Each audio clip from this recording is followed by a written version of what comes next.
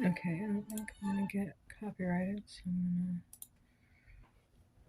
gonna exit out of that. Let me see if I can pull up everybody. Ah, shit, I forgot.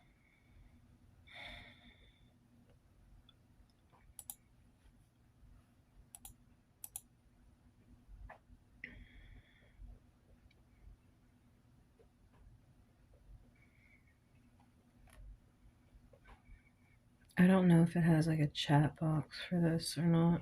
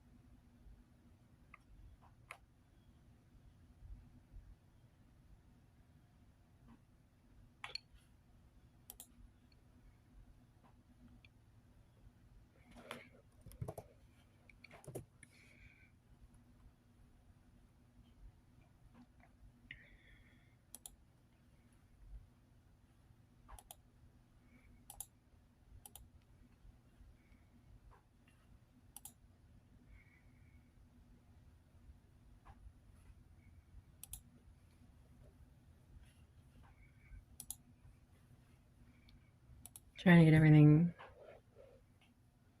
on. I guess I should have done this before I started. Wow, this is taking a lot longer than I thought.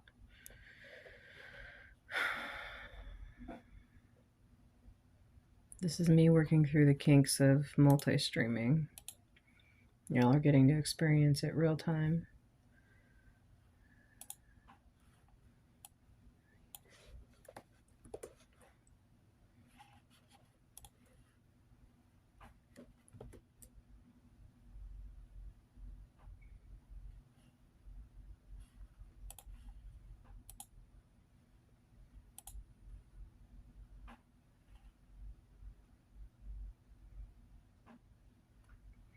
Hope y'all are having a good day.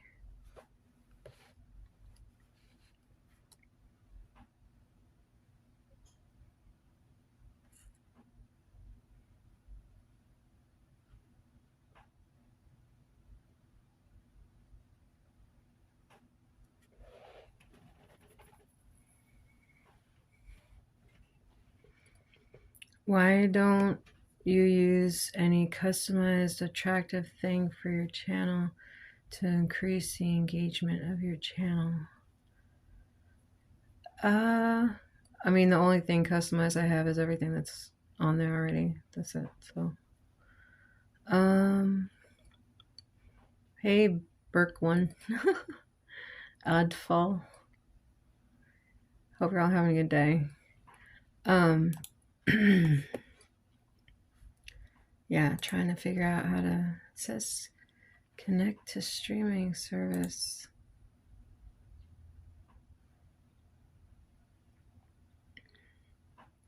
Connect streaming software to go live. I did.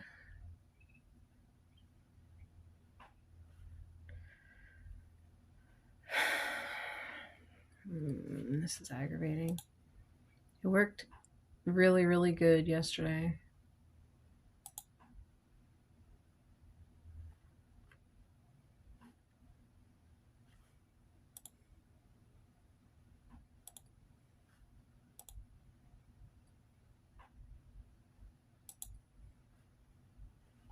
Why is this not working?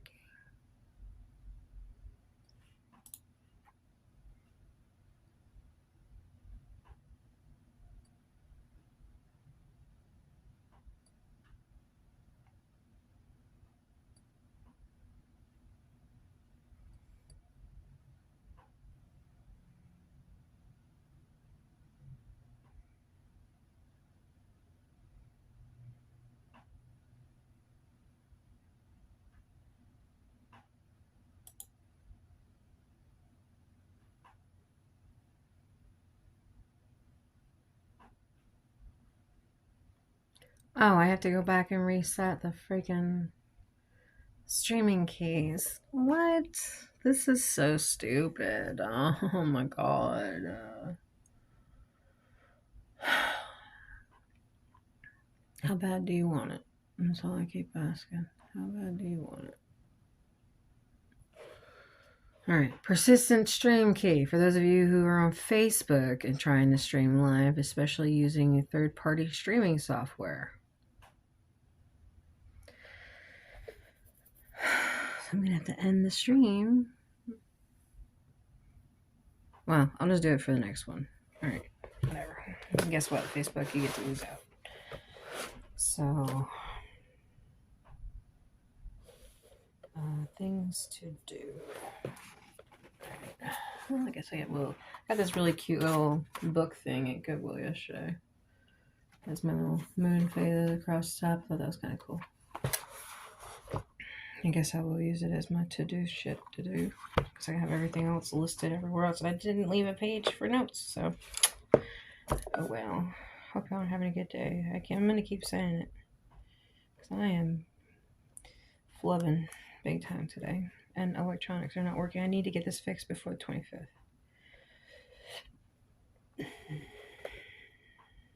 Okay, so what's it doing? Oh, change.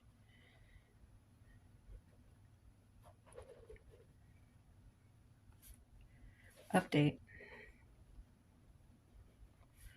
Facebook stream key in mobile Streamlabs app. Can't do it while I'm live. At least I don't think I can. Let me see if I can fix it while I'm live. I guess to see my greatest angles here. Alright, so delete that.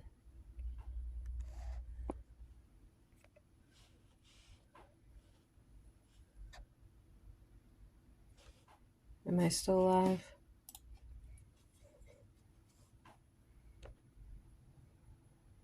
Okay, guess I'm still live. Alright. I don't know where this is all streaming to because I can't even log into Twitch. Because I have to have the secondary, the 2AF crap to log in, and I don't have it because I'm streaming. Because it's on my phone. I don't know if they have a mobile app. Do they have a mobile app? Let's see. What is it, Authy or some shit? I'm gonna move you back. Sorry, guys. And your L's and whatever else to identify as. Let's see. Authy app.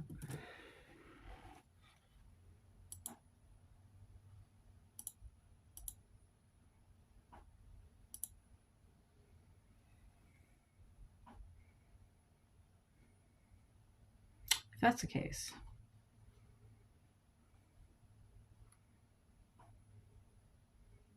Do I already have it on here? Oh my gosh. The struggle is real, y'all. Let's see. It says it's installed on all devices. I don't see it anywhere.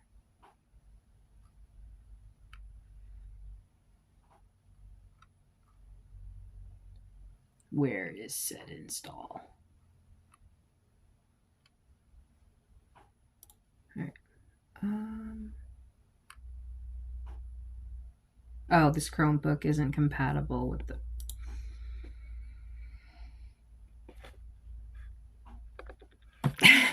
Just take the bad thought and throw it out. Alright, well, I guess that's not going to work. So, I tried. Log out of that. I'm still here for y'all. For some reason, I'm not live on Facebook, even though I was yesterday. So, I have to gently update the streaming key.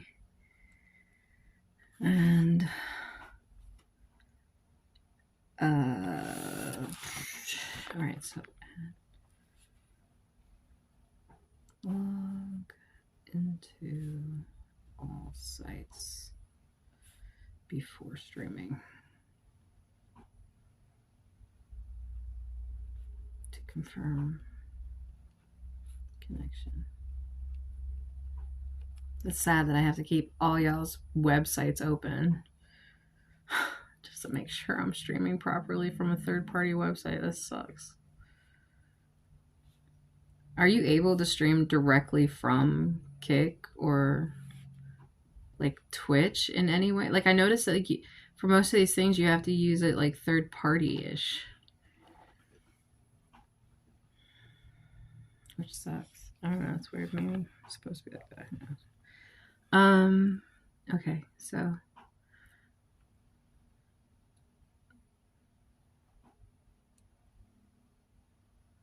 I had all these ideas in my head and I just messed them all up because I can't think straight. So today is Tuesday, so it's Numberz. So I was going to do a review, but I had to pull all of the pages from the review into this new section because I changed up some of my personal schedule to make it work in my new scenario. So I'm going to do the review and the calendar real quick. I guess I could go live from the webcam, but then I don't think I'll be able to. Oh my goodness. I just seen an up close picture of me. That's my all natural reaction to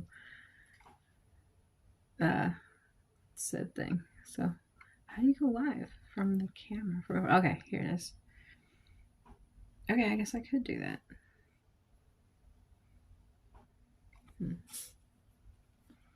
Two different angles. Going live on Facebook. Oh, yeah. Here.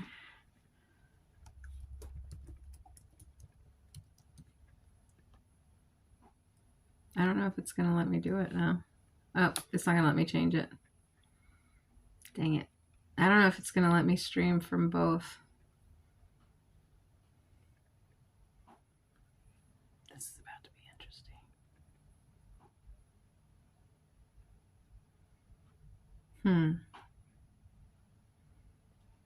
Well, if it starts lagging or glitching out, then bear with me because life. So, where was I at? Okay. Review, calendar.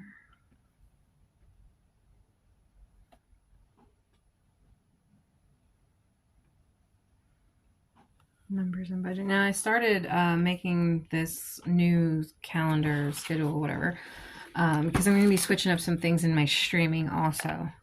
Some of the things that, I mean, we've talked about this a couple of times. Some of the things that I was doing previously, the 10 a.m. stream, like I had 10 a.m., 2 p.m., and 10 p.m. And I cut out the 10 p.m. one and incorporated the 10 a.m. to the 2 p.m. So now I go from 12 to 4. Today I did have a late start, but going from here forward from 12 to 4, I'll be live on as many social medias as I possibly can, with hopefully some of them will actually work properly. And we'll kind of go from there. Now, you guys are going to start to experience some movement as far as like my location. I won't always have the same background, be in different places and stuff like that.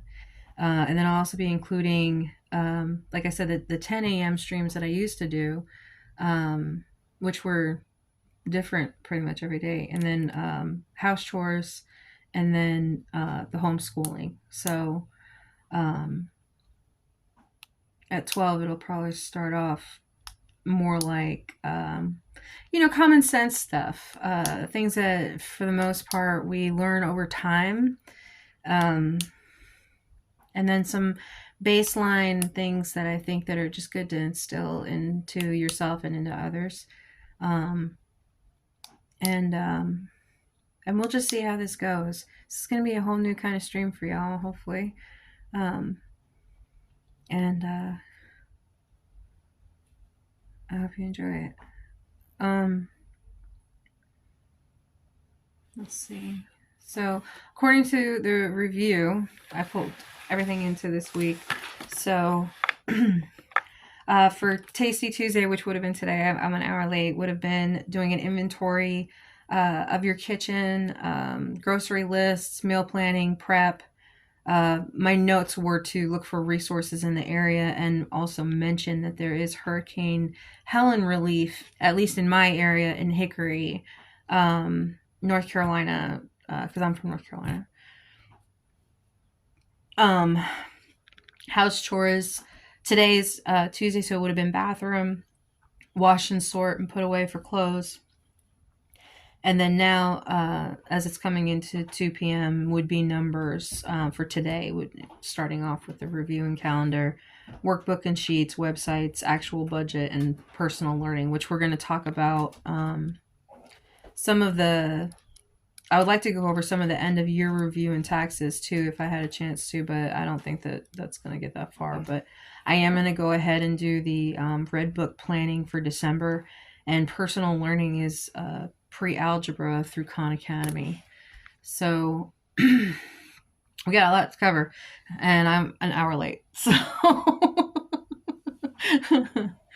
how you feel about that? Good? Yes. Okay. Very good. So you don't mind me moving around the house and stuff? No, doing different things? Okay. I just want to clarify that. So I was telling Jeff that I was gonna start streaming stuff outside again and doing different things, and if we have the availability or finances too, I'd like to start doing a little bit more promoting of businesses in the area and stuff like that again, if we have the opportunity to, or just going into town and stuff. Anyway, it's always cool to see where somebody lives. You don't realize like how similar or how different it is from where you're at. It's kind of interesting.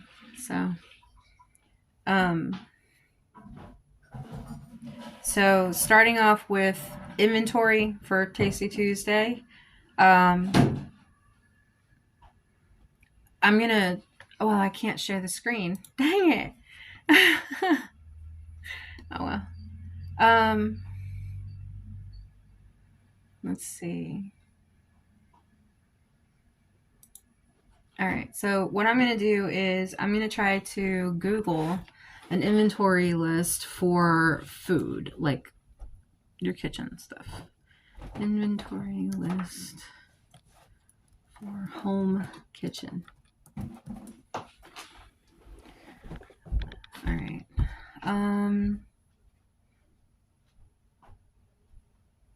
Oh, that's more like furniture, which is great because, and that's a little side note too. A lot of people don't realize, like, especially renters and like the cost of everything now. With homeowners, you're kind of mandatory to have homeowners insurance. And as a renter, I think they're starting to push that as like a mandatory thing, in case of emergencies and stuff like that. Now, since there's so many more natural disasters and stuff, I feel like the insurance agencies are going to start making it mandatory that that you have some kind of insurance. And one example of that is like you're basically just making a list of everything that you have and how much it's worth, and you give that to your insurance agent, and like you have to pay the same as you would with any other insurance, a certain amount, but it's like really small. I want to say I shouldn't say small. I want to say it's like less than $20 a month. I don't quote me on that one. But as part of your inventory for your kitchen, for what I'm talking about like food, spices, just items, right? Like whatever you might have on hand that you can cook with, right? And but you can also do an inventory checklist of your entire kitchen, of all of the items that you have, like your utensils and stuff like that. Not many people that I know of have done that, but you can, and it's good to have in case of an emergency, and those things change, and we don't write it all down all the time. But anyways, So I'm just gonna get like a piece of paper and write down my inventory personally. There are some inventory checklists that you can find online. Just Google it. Google's my best freaking friend. Same thing for grocery list. Now, once you have an inventory of everything you have, now you know what you have, and now you'll be able to figure out what you need from there. And that's where that grocery list comes into play is, okay, we already have these things here. I just need to add on. A lot of people, they look at grocery lists as like, add everything to the grocery list and then like pick and choose what you want when you get there or something like that. And I don't know. I feel like that's not very good way of doing it. So if you have to do it that way, then just roll it over to the next time that you're able to. But that's why meal plans come into play with grocery lists and inventory. When you have an inventory, you can make a list of what you need based on a plan that you already have in action. It will help you to be able to minimize your costs, as well as be able to make sure that you have a stable foundation to move forward. I know you all who have been following me know where I've been in situations where I don't know where my next meal is coming from. So for those of you who are not in that situation, may you stay that way. And for those of you who are, I hope that this helps with being able to, once you are able to get to that point. Because here we work from zero or negative. So being able to prep out the food helps you to be able to see how much your usage is, as well as how much do you need to purchase the next time. Because I don't know how many houses that I've seen that have an excessive amount of one product, or an excessive amount of products that they have in their house that they never will use. Not never. They'll use it eventually. And I don't mean stockpiling. I mean like an excessive amount of soy sauce or something. Like, not to say that soy sauce is bad. I'm just saying I would never really use it that much. If you have like gallon buckets of soy sauce for no reason at all, you're not going to go and order another soy sauce bucket. So, well, maybe you will. But either way. So it helps you to be able to get an idea of what you have on hand, what you're working with, and that way you can meal plan. Your meal plan then builds back to your grocery list, and your grocery list is attached to your inventory list, so that way you can kind of like cover both sides of it. Don't be afraid to look for resources in your area, even if you feel like you will not be approved for something. Go ahead and apply for it anyway. Just make sure that the information is on there correctly, as best of your ability, because you never know the opportunities that will come about by just trying. And like I've said before, you know, if they say no, you're no worse off than you are right now. So,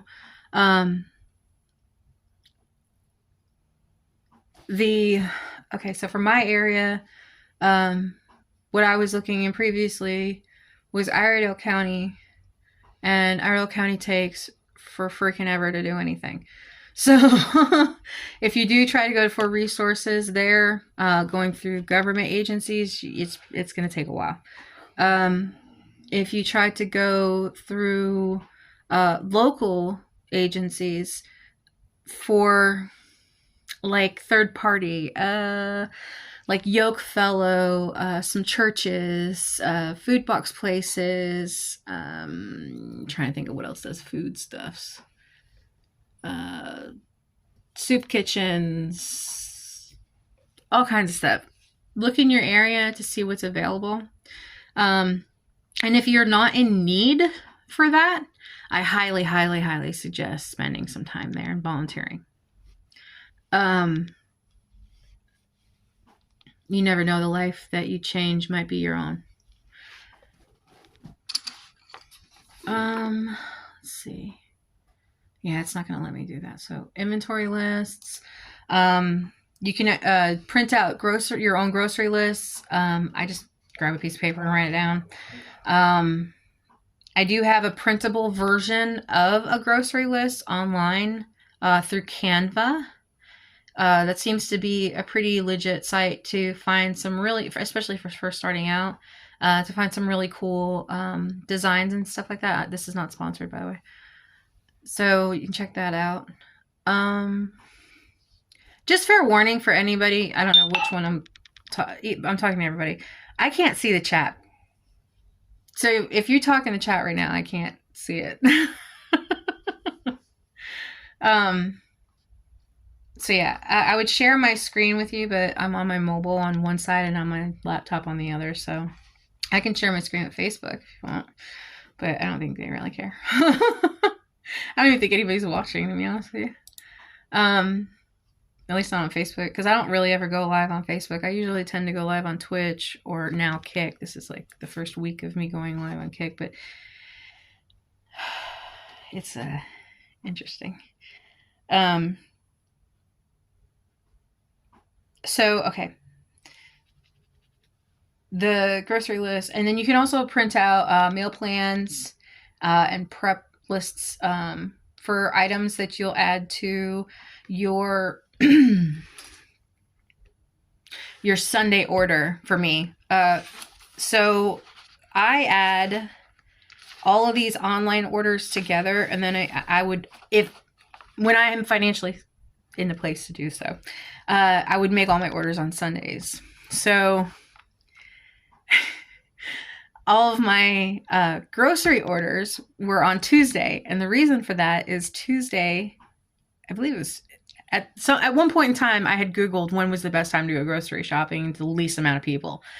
And like Tuesday at like 10 a.m. or something like that was some crazy time that there was nobody there. So I based my ordering off of that time to make sure that my order was correct, because if they're super busy, they're not going to be paying attention. They're going to be rushing to get everything done. So my grocery order was correct when I went to go pick it up. I didn't have to deal with a whole bunch of traffic or parking chaos or people walking all over the place, because I'm always afraid I'm going to hit somebody in a parking lot. So especially when they dart out between cars and stuff, it just scares me. So as much as possible, I like to order online to go pick it up. I don't want it delivered because I don't want to pay that extra price. I would just pay the gas for the difference. And I like to drive. So anyway, I just don't like having to go grocery shopping with all the kids, because then all of a sudden goes from $100 bill to a $400 bill because everybody wants something. So that was another reason why I kept my costs at specifically what I was looking for. If I wanted to add on, I knew exactly how much it was going to be. And if there was any transference, then I knew what the transfer was. So it kind of made me feel like I had a little bit more control over the whole grocery shopping thing. And I know a lot of people are starting to go into that whole online world. So we kind of don't have a choice. For some areas, they do have it. Some don't. They don't. And for those who are getting resources in the area like food boxes, let's see.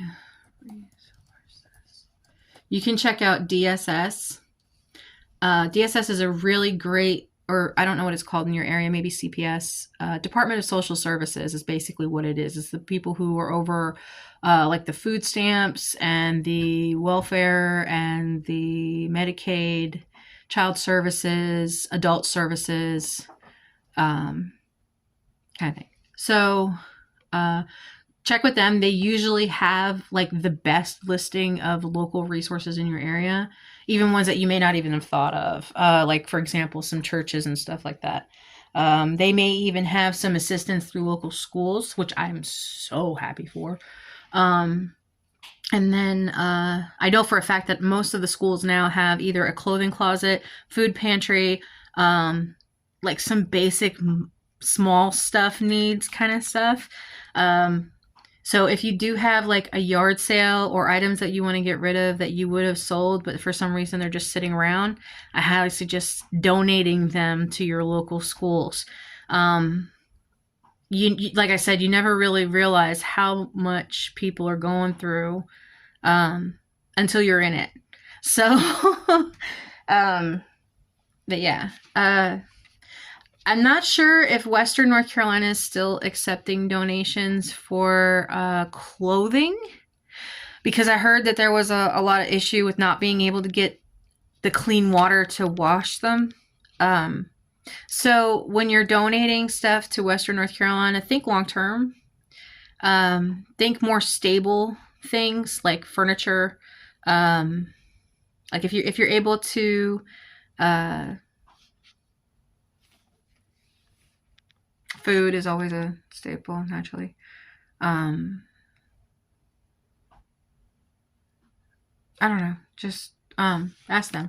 So some of the, also look up the local donation locations for whatever places. I personally am in North Carolina, so that's kind of, and I was raised in the mountains, so that kind of, and I know people that are there. Maybe not specifically in that area, but I do know people that are really close to that area. And it just kind of, naturally it hits everybody's heart, but for some reason it just seems to be like on my mind a lot. Let's see. Resources in community. Sometimes there's care sites, community resources like soup kitchens, Habitat for Humanity is one, Christian Ministries, Salvation Army. There's some local places here. I don't know the name of it. It's like crisis help centers, social services, like cooperatives. There's some people's specific names, and I'm not sure what agency that's for, but outreach ministries, guidance centers, family care centers, rescue missions. And it says here there's a list of schools here on this specific page that do offer like clothing closet and food box places. These are specific schools. I don't know if all of them do it, but there are specific ones that do. So yeah, don't be afraid to donate to DSS and to local school systems, to local churches first before you go to organizations. Don't get me wrong. Habitat for Humanity, Salvation Army, places like Goodwill, stuff like that. I totally understand the donation part of it's really great, and it's wonderful that you do that. I actually go to Goodwill every freaking day, even though as much as shit as I talk about them. But I feel like those other ones are a little bit more centered specifically on people in need, and actually go to, like I said. So, whereas if you just donate it to like Goodwill or something like that, it's basically a grab bag at that point of whoever gets it, gets it. And they may or may not need it. They may just go in there and resell it. I don't know, whatever. So there's that. Okay, so local resources, donation locations, meal planning. An example of, I'm going to go ahead and give you guys actually an example. I'm going to walk through it with you guys, because I need to do it anyways. So, all right, I already wrote down what we have, so I'll use what we have as an example. And then, well, you're not going to be able to read my handwriting, just fair warning. So I'll just say it. Basically, when you're, I know I'm bouncing around all over the place. I got so many things in my head right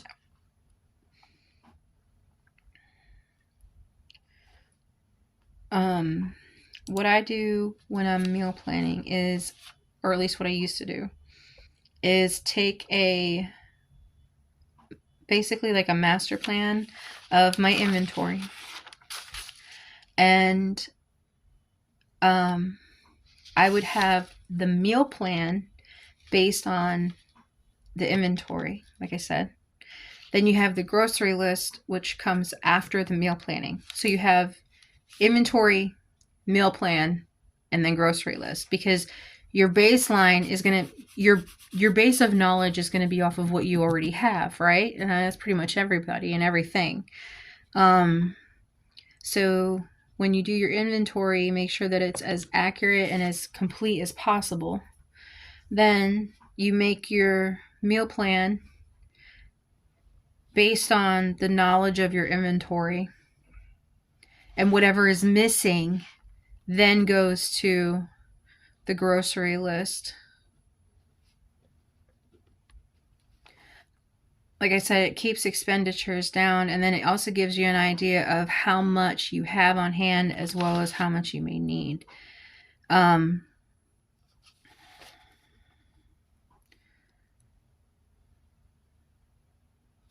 Even if you are working, look up what the requirements are for to register for like certain services.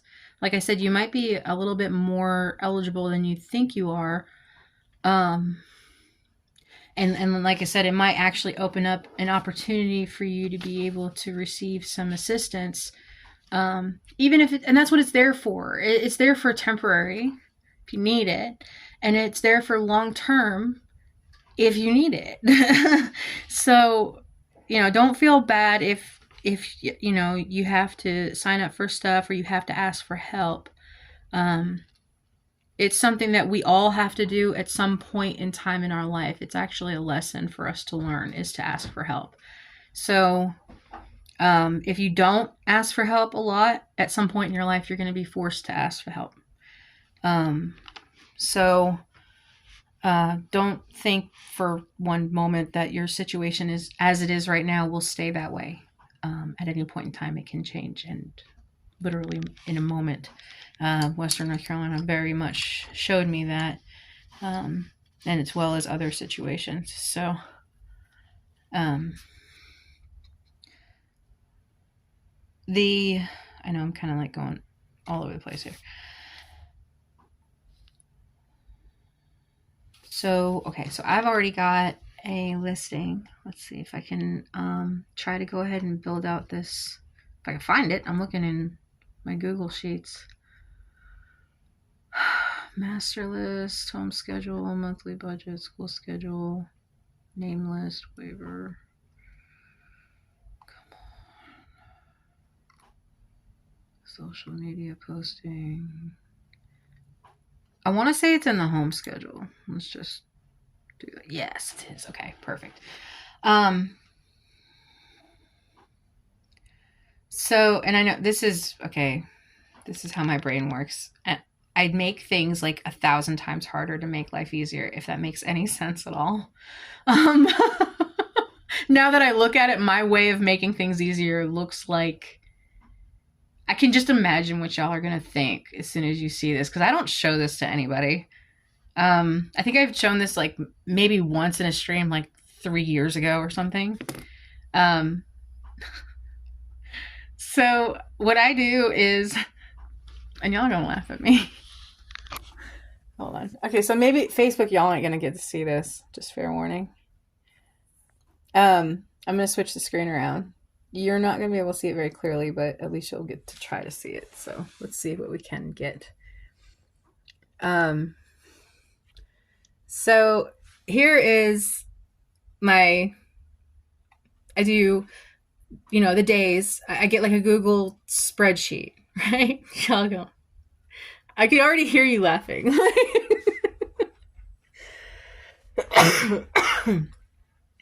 So I use a Google spreadsheet and I do the days down the side.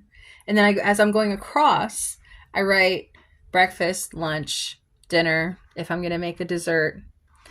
And then for my spreadsheet, I have daily chores, weekly chores, monthly chores. For the kids, which I haven't done in forever, daily, weekly, monthly, the mandatory 5 or 6 that I have. any kind of rewards, appointments, plans, blah, blah, blah. Anyway, so I started this key of items that were pretty much basic meal things, right?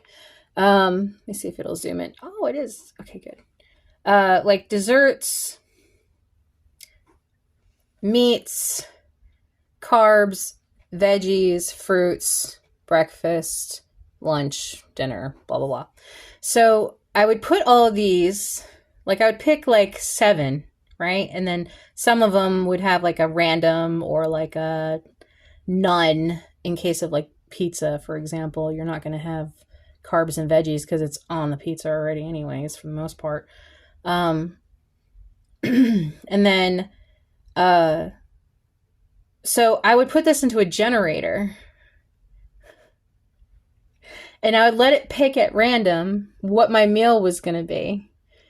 And that way I didn't have to guess or try to figure out meal planning. I would just let the generator do it for me.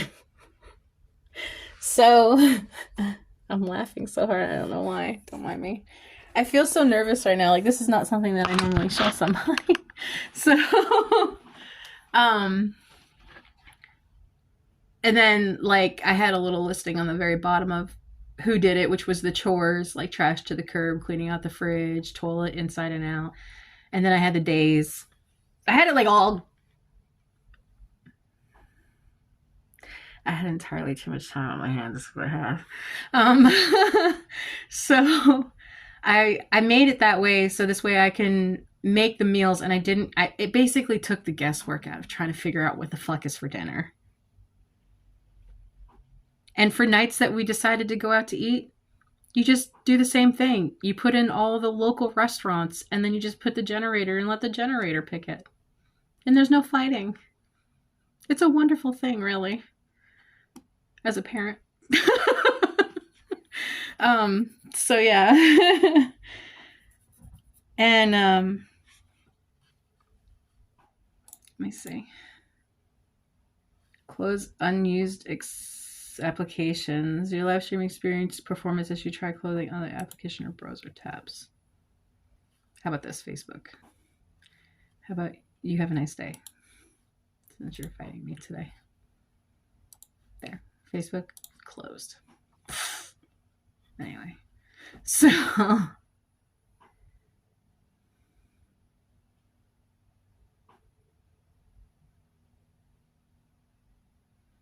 oh, very rude guy. Great title. Thank you. I appreciate that. I don't know how good of a teacher I am because I myself don't know everything. So if you get something from it, great. And if you don't, great. A lot of this, like, I do because I know that someone somewhere is going to see a stream. They're going to hear something that I'm saying. And it's going to be meant for them. In some way, shape, or form, 10 years from now, some random thought is going to be like, damn, I should make a grocery list. Or, you know what would make life so much easier? Is if we put the freaking food options in a generator and let it pick it for us.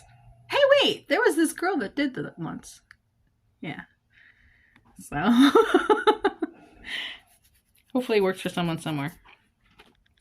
And even if I give ideas or come up with, you know, some kind of wacky way of doing things, if it works for you, great. If it doesn't work for you, I don't care. I mean, I do care, but we'll find a way to make it work, you know? You know, not everything is meant to be known. And for that, that's why I do this. So maybe we can all learn something. Because I'm learning. I'm learning along the way. This has been a long, long journey for me. I've learned a lot in the 3 to 5 years that I've been streaming and doing this stuff. And really, like, biting down on it, so to speak. of fine-tuning it and finding the details and getting like the information for the crossovers and the all of this stuff. I mean, like I said, it's such an amazing journey of knowledge and learning and experiences, and I'm just glad that I'm able to share it with everybody. It's been a really cool, scary, annoying, freaking annoying journey. Very, very much struggle is real journey. So, and I know for those of you who have been watching me for the past couple of years, you've been following me for a while, you know how it's been. So,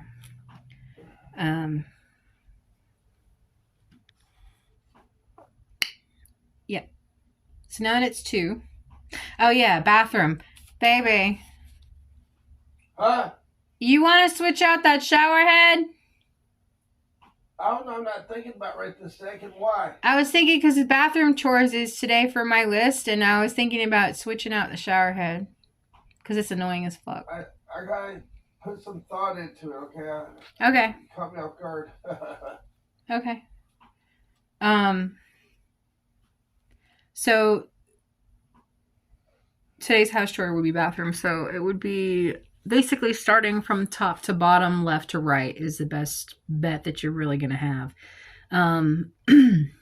With cleaning anything. And so if I was to do that here, cleaning from top to bottom would start walls, doors, like as you come in, starting from the top, working your way down, windows, and then going to your things that get used every day, your sink, your shower, your bath, or your toilet, your bathtub, your mirrors, and then getting down even further underneath things, going down towards the floor, but not quite the floor yet. Don't touch the floor yet. There's a reason for this. Go into the cabinets and the drawers. Knock all that shit out, right? Take everything out, clean it all out, put the stuff back in there. Only stuff that you want to keep or absolutely need to use. Get rid of everything else. Trust me when I say I am very quick to start collecting a bunch of shit for no fucking reason, thinking I'm going to need it someday.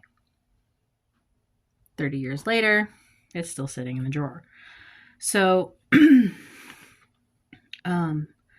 then once you're finally done with that, then the floor.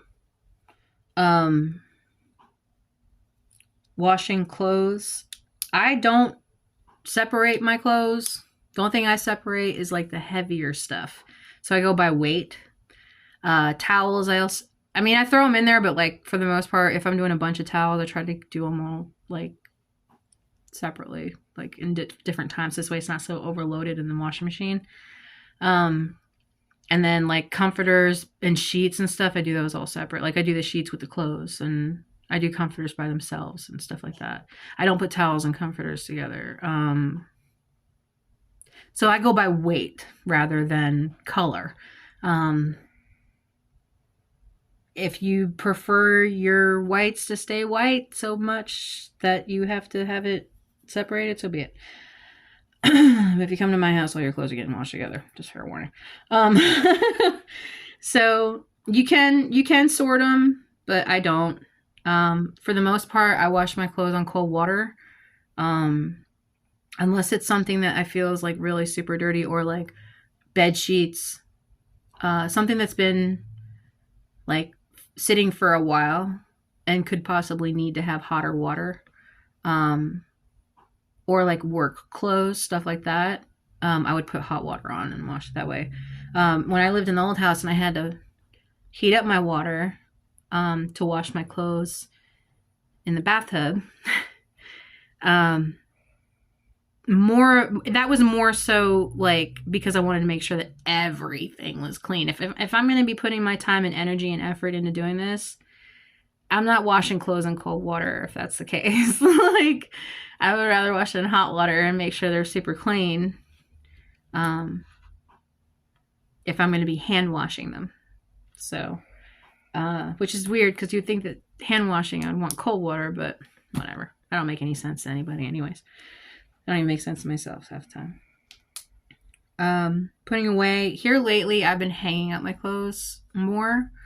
Because I don't have a dresser. But because I actually like it hung up more now than I did before. But for those of you who've been following me, who knew me in the 10x10, then you know I only had a dresser. And I only had a dresser that had so much space in it. So I had to have a small amount of clothes. So I would change out my clothes at the food box because the food box had a deal going on where you could fill up a bag for $1 for the clothing.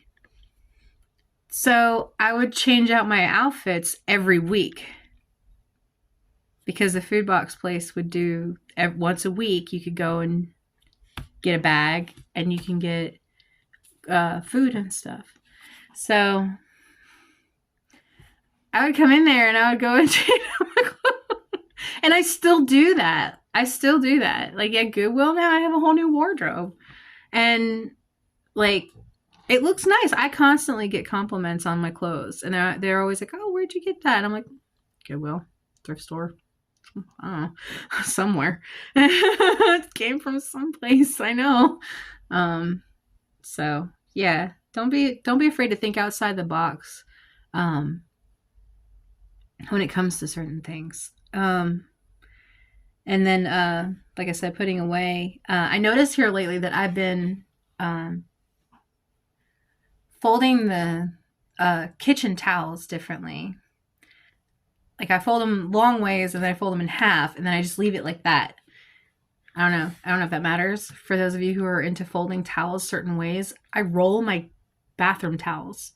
I'll fold it in half, like here's the length of it. I'll fold it in half long ways and then I'll fold it in half that way and then I'll roll it the rest of the way. So the same concept with the hand towels, but like with those. And then I also roll my washcloths. I don't know why. For my clothes in the drawer, when I fold them, I face them up. I don't know if that's something that y'all do, like t-shirts and stuff, jeans. Instead of stacking them like this, like you get a whole bunch of them and you put them down in there and they're laying like this. Stack them so that's where they're like that. So you can see which each one of them is. And if you have to put something next to it to make them stand up a little bit, whatever, or you can lean them or whatever. But that way you can see it better. I don't know. I'm kind of weird. So yeah. Okay. Anytime that you're cleaning out the bathroom, or cleaning out the washing machine, which a lot of you guys don't do. Always have a window open. Don't mix chemicals. Don't mix anything with bleach ever. Ever. So, and I can give you an entire listing of the reason why you don't mix things with bleach, but you guys can go ahead and Google that. So yeah. I know I kind of ran through that, but I'm out. I'm at 2:00, so I'm gonna go ahead with Numberz. Oh, I was gonna show you this is what I mean. Okay, sorry. I swear I have ADHD or something. So like I said, you start off with the inventory.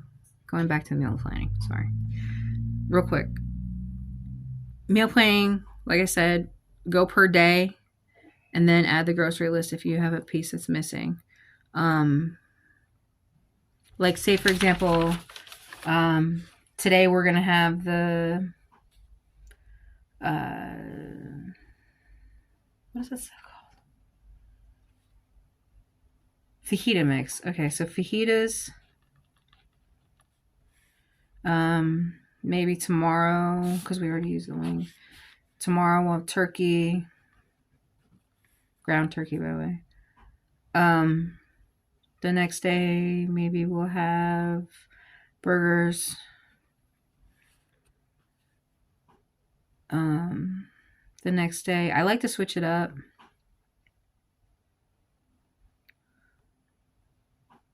And this is based off of a meat-based thing. Now, you can switch and choose yours based on your diet plan, which will go for Wednesday, which is tomorrow. We'll be talking about workout plans. I'm actually going to get a workout plan because we've been kind of just going with whatever, which is great. It's working great for me. It's helping with my back and stuff. But when I go to the gym, I want to make sure that my workout plan is actually going toward, like, I don't want to just be working out for nothing. You know what I mean? I want to work out towards what I want my goals to be. So the diet is a very big part of, working out. Most of your weight loss is in your food. So if I do come down to figure out a diet per se, then I will probably change up my meal planning for the following week, because I'm going to have the meal planning incorporated in with the working out. So it's kind of like hand in hand. That's why I kind of put this way. I made this book the way that I did, and the way that I'm doing it right now is the way that it has to go to interconnect with the other things. So it took a long time for me to put this all together.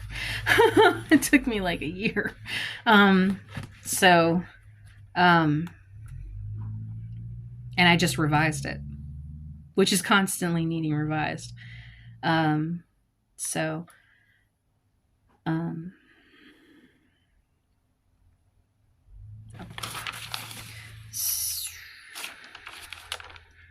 diet plans. And like I said, this is based off of the meat diet. If you are a vegetarian, so be it. So for us, and then we could do pizza one night and out to eat one night. And then I'm just going to put random, because, some night during the week you might want to just eat a bowl of cereal. You might not even really be hungry. So that's how I would do it, is like I would start off with like the meats. You guys probably can't even read my handwriting, but like fajita, turkey, burgers, sirloin, which is basically the same thing as just ground meat, pizza, out to eat, and random. So then next to it, I would write if I had any veggies, any kind of starches. And I'm basing this is off of the new food. It's not a pyramid anymore. It's a circle, I think, now.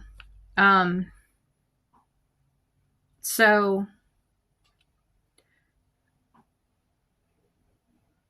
basing it off of the basic needs listing from what they were saying is like, you have your meats, your fruits, your vegetables, your carbs, like your grains, your breads, your all kinds of stuff. So I'm basing it off of that. But if I change up my meal plan based off of a diet, that's going to be different, right? But right now I'm only working with what I have. And then kind of going from there. And dairies and stuff like that, like drinks. When you're doing this, you also get to look at, for those of you who actually do have leftovers, you're looking at what you can incorporate into the next day or into the next meal. Like, say for lunch, you would incorporate last night's supper into tomorrow's lunch. I know that's kind of like a 50s housewife type thing, but y'all know me. That's my bill. So,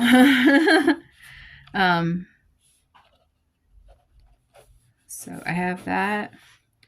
And then if I have any desserts, then I know that I'm going to have to, if I don't already have it on hand, then I'm going to have to get whatever I need to make whatever said thing. Blah, blah, blah. Pretty much self-explanatory.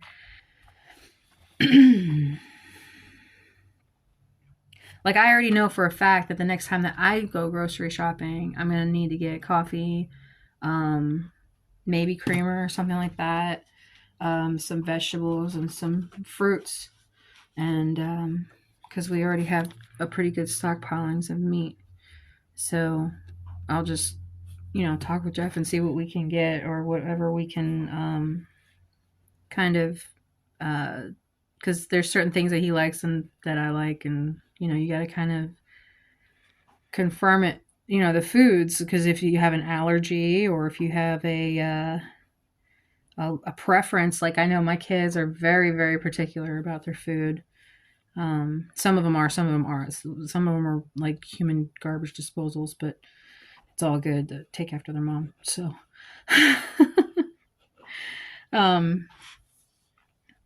let's see. So yeah, I'll have to add certain things to complete that meal planning listing.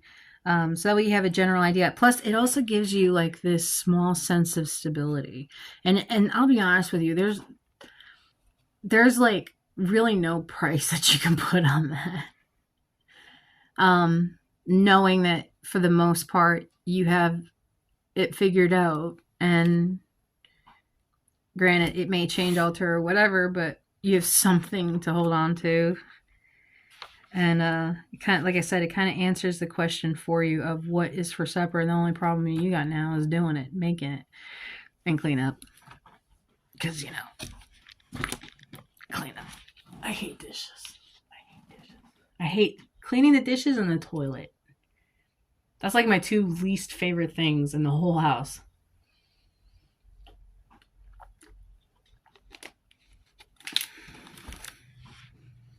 Like, I will even clean the toilet before I'll do dishes. I hate doing dishes. I'll clean dishes, but I just hate doing them.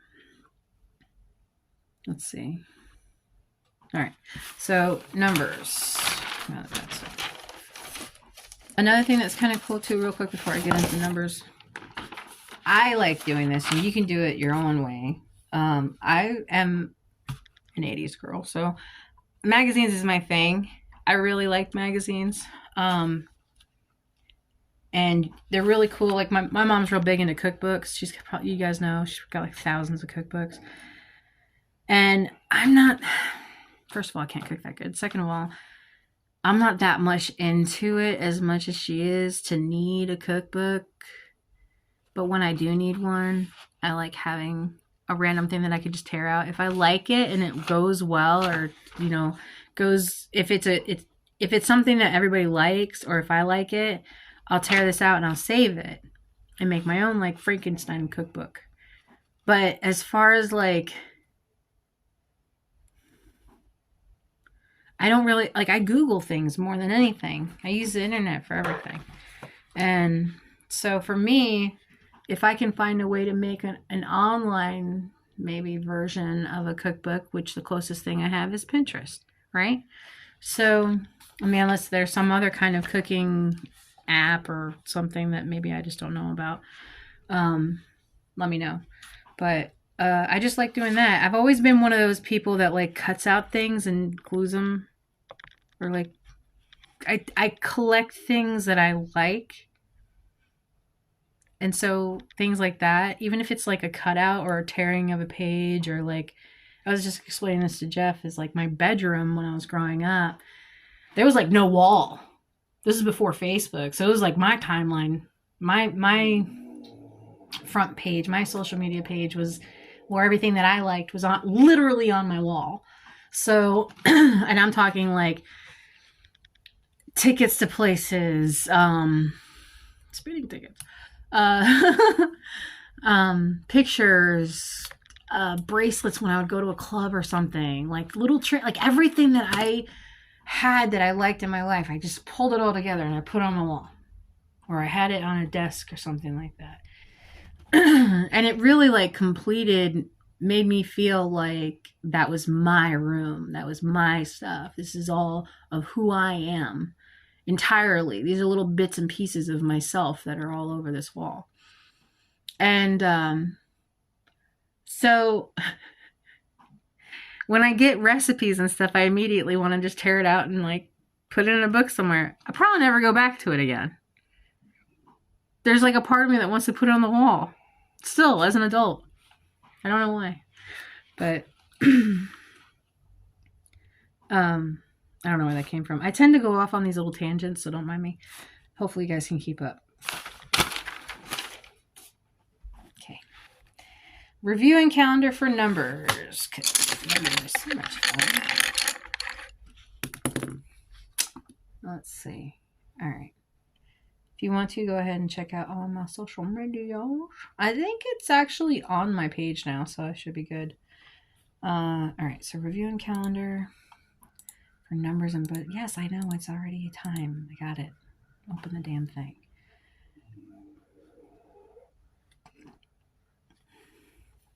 All right, workbooks and sheets. Websites is $every, so I'm going to open up every.com. That is also a free site that you guys can use to keep up with your stuff. You can also use it for your kids' stuff too. I'm gonna close up as much as I can. Oh, I need y'all to tell me, because I'm looking myself, and I have been kind of like testing out a couple of them, but I can't. It's been so long since I've tested them out that I can't really remember whose is what's and what goes to where and who and how. But what multi-posting tool for social media is there that covers all social media, or the most social media? Because it says on here that Hootsuite is an all-in-one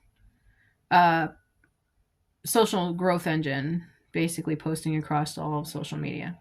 Now, as far as the streaming, I'm using Streamlabs to post currently to Twitch.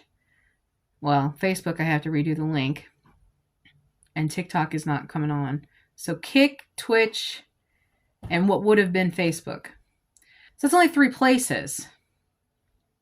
Because Twitter doesn't allow a crossover from Google to sign in to from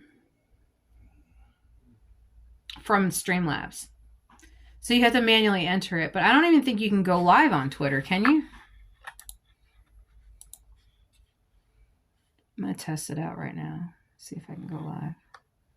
Because if that's the case, I may have to... Well, Chromebook is POS. It's great for first-timers, like I've said before a million times. But as far as really anything else, you're not going to get a whole lot from it. And I don't think you can go live from Twitter.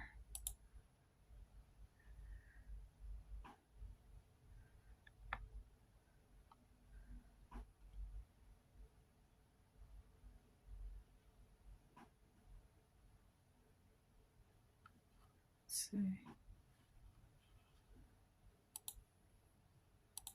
Oh, I just reposted that. Huh. Anyway, let's see. Yeah, you can't go live on Twitter, unless you're on premium.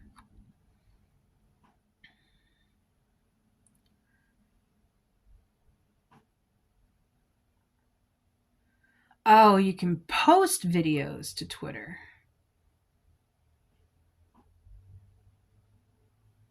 Can you go live on Twitter?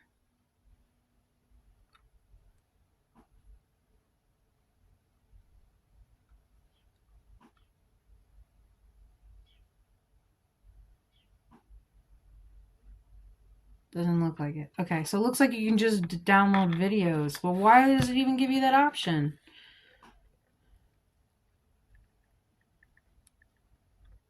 Somebody please tell me if you can go live on freaking Twitter. Okay, so going back to the issue at hand for the YouTube, I think was the RTMP link was off, as well as Facebook's. And I added TikTok to the mobile site, but I don't think it actually accepted it. I think you actually have to be, same thing for Facebook. I think you actually have to be in the app to go live. So I'm going to have to like bring out all of my old cell phones, tape them all on the wall. Anyway, and make my own freaking broadcasting station. How about that? I actually saw several of those mountable phone holders, and I actually was thinking about mounting them all to the end of my table and just making my own little fucking TV station here. Because at this point, I'm really tired of paying for multi-posting, and half the time the shit don't fucking work. Most of the time, you have to be live from the site. So I guess I'm gonna have to just make things work however I can figure them the frick out, because I'm just tired of it, you know? And plus there's other sites that I have that I can go live on that I can't because either A, my freaking Chromebook doesn't let me, or B, because they don't have a mobile site yet. So, grr.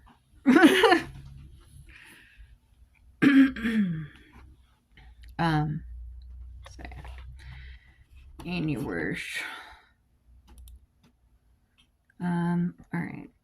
So finish vocabulary word list. I'm not even gonna do it because I don't even think I have it anymore. Websites, like I said, everydollar.com is one of them. There are other websites that do assist in accounting or like personal finance or something like that, since now we're getting into numbers.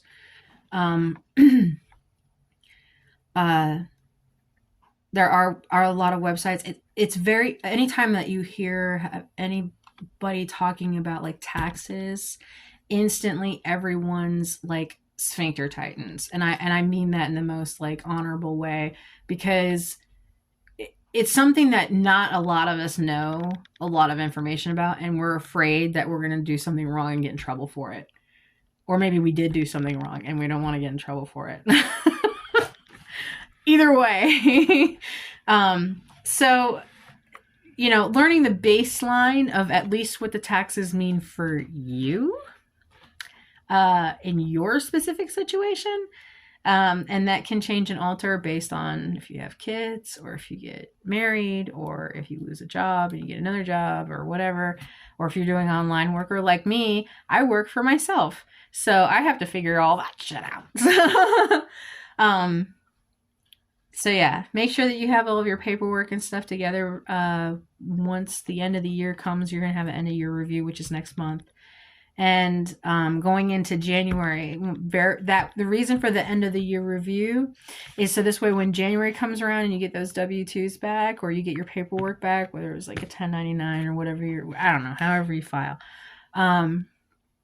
If you have been doing business for yourself, you're going to have to keep up with your own taxes. If you have been just basically going to work, you just have to worry about a W-2, right?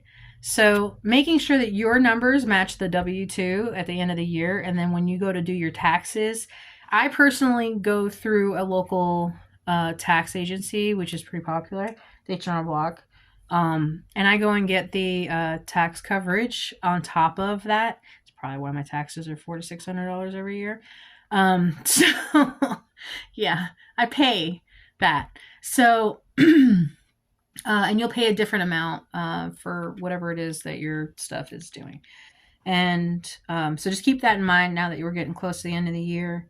End of year review and taxes. I just wanted to make a note of that. We're not going to do it right now, but it'll be next month. But we are going to do right now is look at, since we've already gotten halfway through November, we're going to start looking at December planning. So as most people in at least America are looking at is Christmas. There are other holidays that are around the end of the year. And it also depends on what you believe in. Some of us already had a new year. So looking at the actual budget for December planning, which is in the red book, which I will pull out. Oh, there's the list. The vocabulary list for financial is barter, obligation, economy, coins, gold, bankruptcy, valuable, issued, golden, principal, shareholders, monetary, exchange, NASDAQ, and conditions. So there's your list of financial words to look into. Just something to go over. Give you some idea of what it is that people are talking about when you are going into that stuff. Where am I at here? Okay, there's homeschooling. Oh, I think I jumped ahead. I did. Back in the budget. Wait. Did I? Oh, yeah. Okay. September, October, November, December. Okay. So, going into December, everydollar.com. Closing out X since now you can't get into it. Closing out community resources because we already talked about it. And for some freaking reason, this shit is not working. Oh, that's why, because I spelled it wrong. It's in the user. What? User error. How dare you? I feel offended. I'm going to cause a revolution.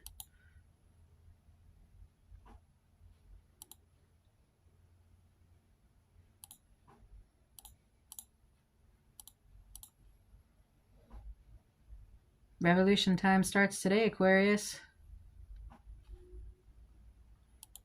Age of Aquarius. Anyway, so, all right. So I went ahead in everydollar.com. I did my fixed at the top.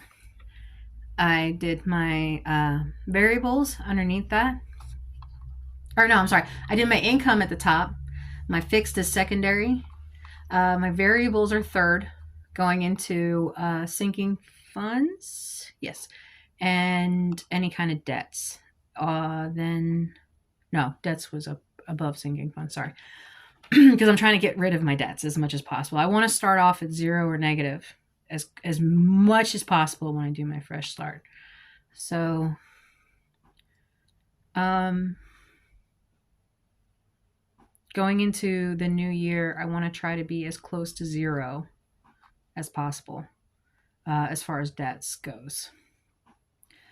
I think I said that several times now. So, just going to make a mental note for January that my P.O. box will be due at the end of January. I went ahead and wrote in for January. I think it's like January 30th or something like that when it's due. But I want to go for the full year instead of just 3 months. 3 months is like $53 or $60 or something like that.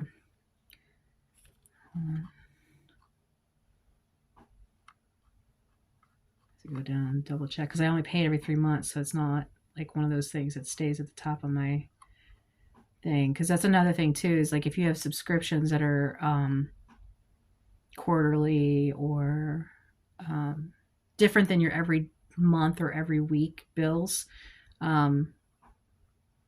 I'll show you a way that you can roll over what you have now into that. So this way it's already paid for before it even gets there. Where the freak is it? I just read it. Oh, okay. Yeah. So $60. So what I do is, like, for example, I'm going to just show it to you. I write, well, I didn't write my income on this, but I did write the amount due for each one of these things here. I already started for December. My personal is storage, which I'm going to be getting rid of. Cell phones, Amazon.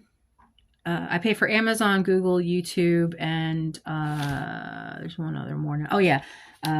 Ultra. So Streamlabs Ultra, which I just added that. And that is due on the 15th. And it is $19.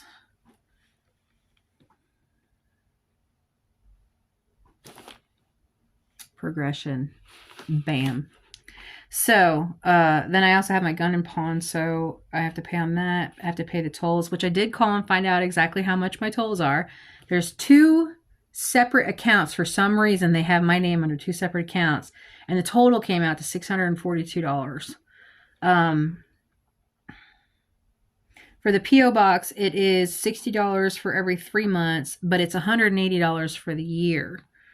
So it's a little more than twice that price, but it's still not as much as you would have been paying if you would have been paying for the 3 months. And I was realizing that, like, it's probably just cheaper for me to go for the whole year and not have to worry about, oh, when is this bill going to come up again? I would like to try to keep my bills yearly, which I did at the old house. Something that you guys can do is utilize your tax returns as a way to pay forward on your bills. I know a lot of you guys are going to be like, ew, how dare you? That's my spending money. What are you talking about? No.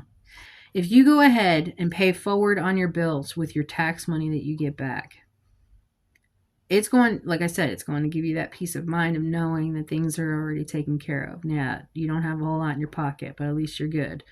So, especially nowadays with the instant gratification thing, I don't know about you, but I'd like to know that I'm good for the rest of the year. So, let's see. Yeah. So when I would get my taxes back when my kids were younger, I would get back close to like $10,000 every year.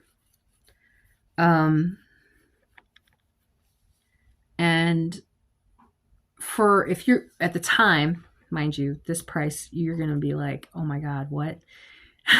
Pre-COVID, we were renting a house for like $600 a month, and it was a 3-bedroom, 2-bath house on, like, I want to say close to 5 acres. Half of it was wooded, half of it was flat, and it was in between 2 main roads.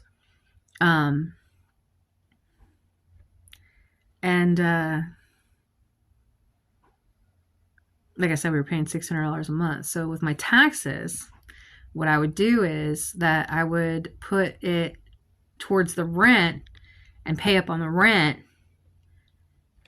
That way I didn't have to worry about every month, you know, or pay forward into your electric bill or your water bill. Something that you know for a fact is going to be there every month, and is, I try to lean a little bit more towards the bills that are like lower payments, like maybe a water bill or something like that.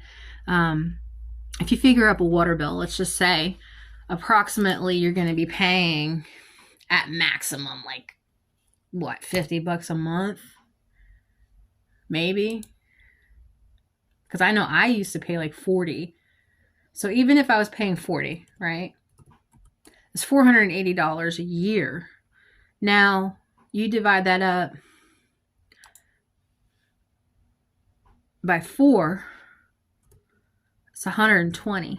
So if you go ahead and pay $120 on your water bill, right, you're good for the next 4 months overall, because it's a variable. But next month, or no, I'm sorry. Yeah, next month you don't have to pay for it. So if you have the ability, even if it's the next 3 months, to pay on a smaller bill, it's called snowballing, then you can go ahead and have it so you don't have to worry about it. It's already paid for, and it's not coming out of your current amount. And then you'll start to notice that you'll have more money in your pocket by doing this than you would if you, like, even if you wanted to divide it up by that 12 amount or whatever, and end up paying a little bit more on each bill. It adds up, like a little bit adds up. So I know everyone's like, well, where are you getting this money from? It's if you can. If you can't, you can't.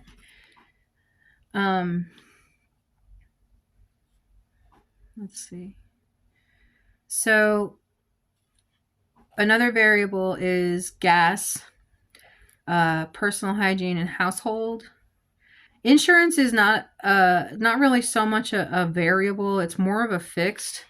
So I'll probably move that up. because it's fixed. For the most part, your insurance is going to stay the same unless you have like an accident or something like that, and then it'll go up. And North Carolina is a no-fault state, so both parties' insurance will go up.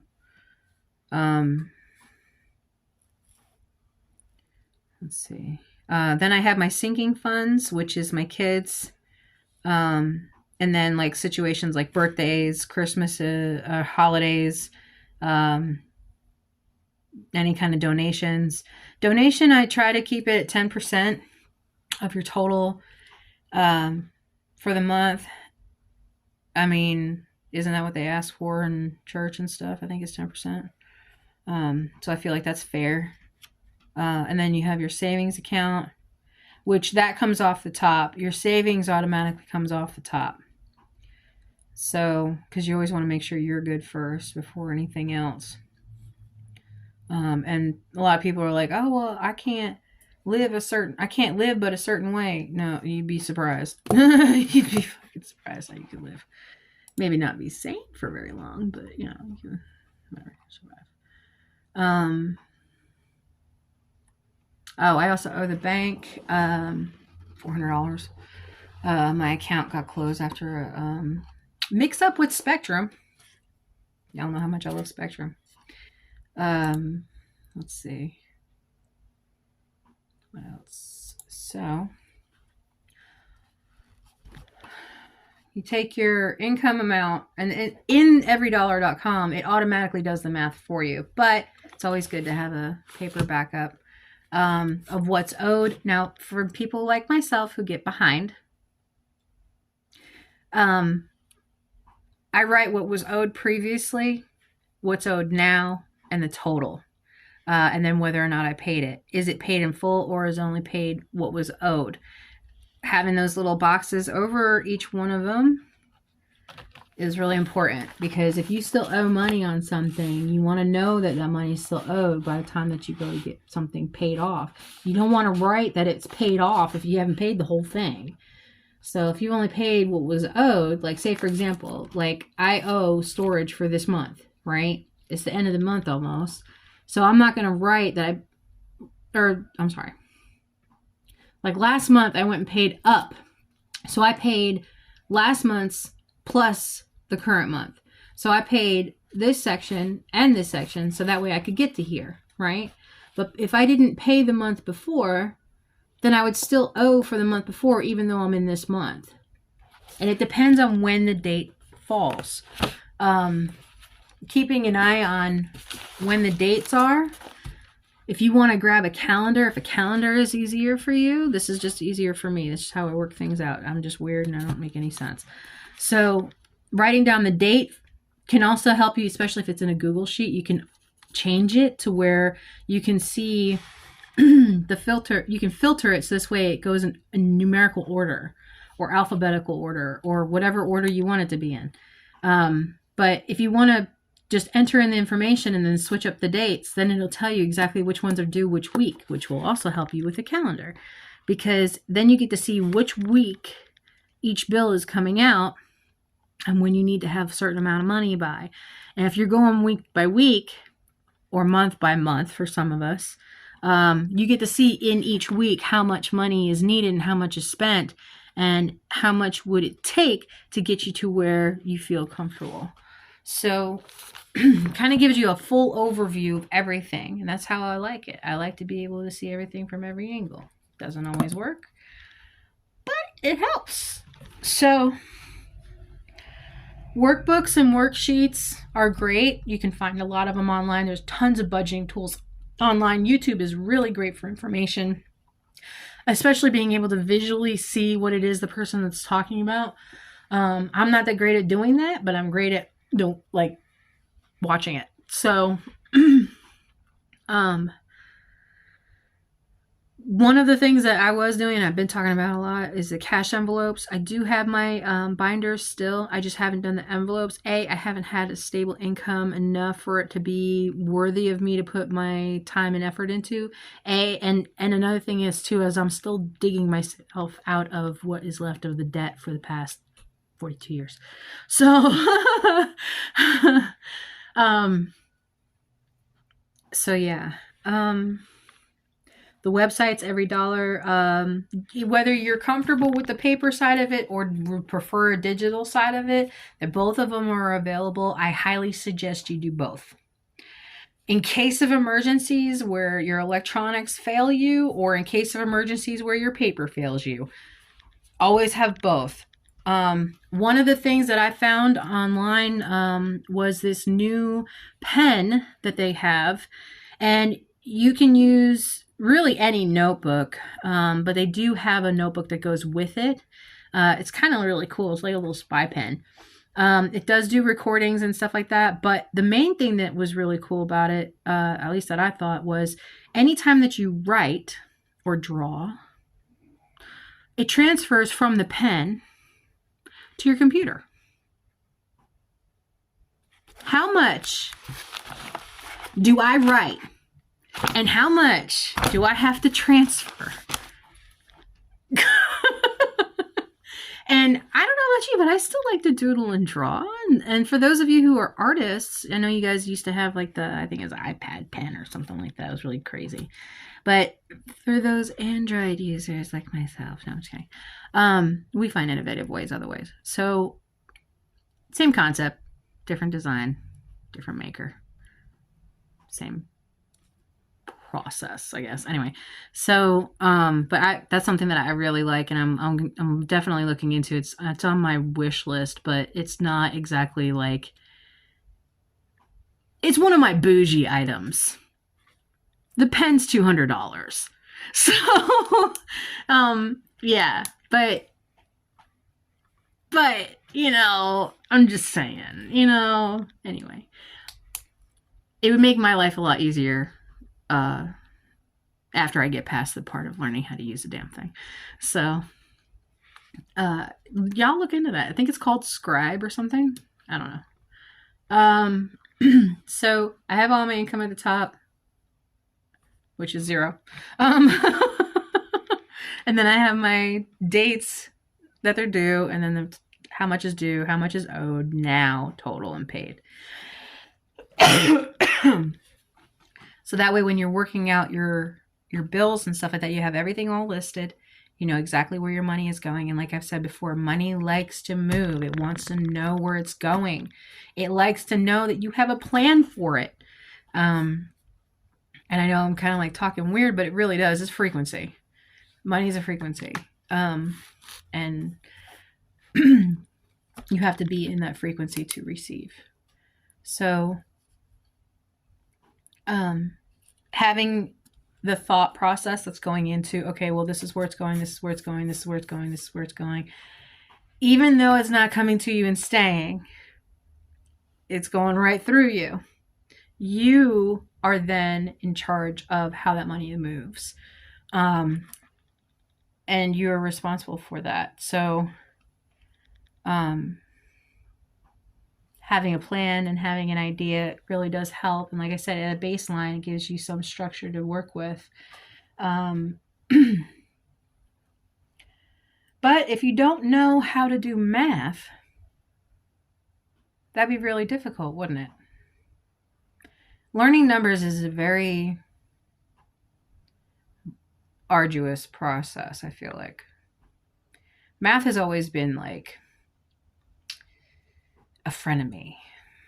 Like, I know it's there. It's great when it's around, but for some reason it fucking hates me. And my brain is just like, nope, denying access for all of it. So so math has always been really hard for me to understand. So the more that I learn, maybe the more that you guys will learn. So if I can learn it, anybody can learn it. Right.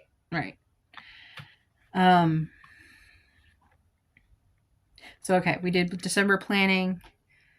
I already went ahead and started it. You have a general idea of what it is that I'm doing. Now going into personal learning. Now, for those of you who are not interested in learning pre-algebra, I hope you have a nice day. But I am utilizing Khan Academy. It is a website. As soon as I can find it. I was using education.com. It's a great place for website. worksheets and stuff, and course curriculum and stuff like that. Gives a lot of information, and you can specify only up until I think it's like, I want to say 8th grade, but that's not true. I think they do have a higher. No, it's pre-K to 8th grade. Yep. But I'm not using that today. I am using, as soon as I can freaking find it, is you've officially installed freaking in me. Let's see. Dashboard Khan Academy. See, I left it open because I had a quiz that I had to do, and I wonder if it deleted it because I fucking haven't done it yet. Okay, continue. And that's another thing. This Chromebook makes me re-log into every freaking website that I log into. Okay, so Algebra Foundations is where we're going. No. I'm lying. We're resuming pre-algebra, factors and multiples. We've got 40% of it mastered so far. So if you guys want to kick off here, have a wonderful day.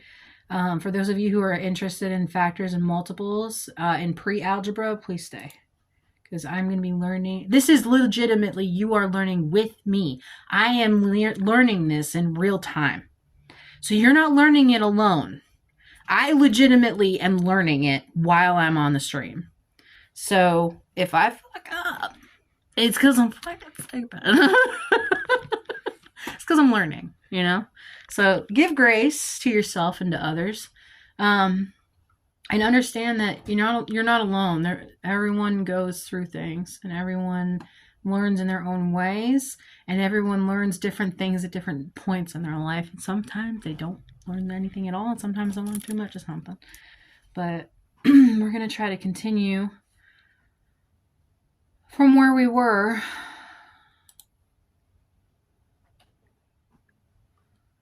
Practice the 7 question. Oh, God. All right. So, identifying prime numbers. Oh, wait, we didn't even get into that. Quiz 1. That's what I thought. Okay.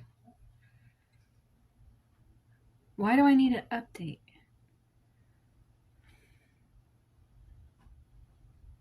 My computer's asking me to update it right now.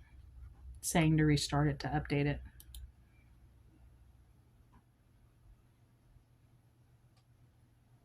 I think I'll be all right. Let me read it. Let me update it real quick, and I'll come back to it. So I'm only at 250 right now, so. Oh, but I do have 12% on my. Fuck. All right.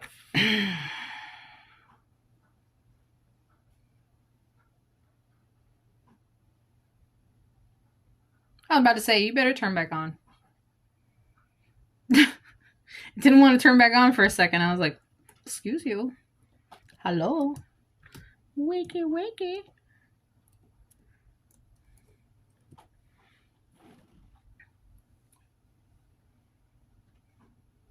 Yes, reopen everything I just had. Thank you. I'm back. Now I gotta log in again. Motherfucker. Oh. You're killing me. The universe is kicking my ass. Mercury retrograde's coming, by the way, on the 25th, I think. Age of Aquarius started today, so have fun with that revolution. And every single thing going wrong for the next, month? Hi.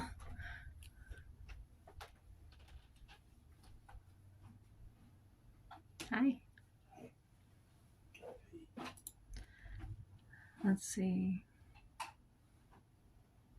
Now ask all the people to donate you $1. Yes. I will sell you this how to become a millionaire on the internet by only asking people for $1 book for $1. If you want to sell it, I need 1 million people to buy it.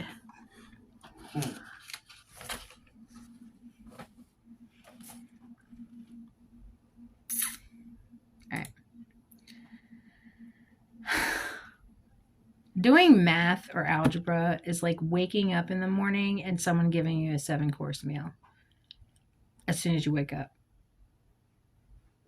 and you're mandatory to eat it all. That's what it feels like.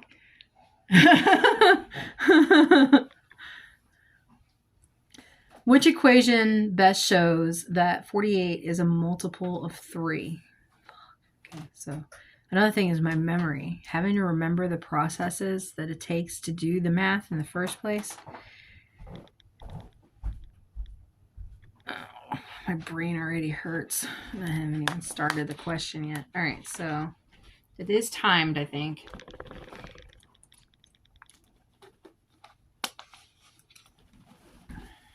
I have 5 problems to do. Which equation best shows that 48 is a multiple of 3?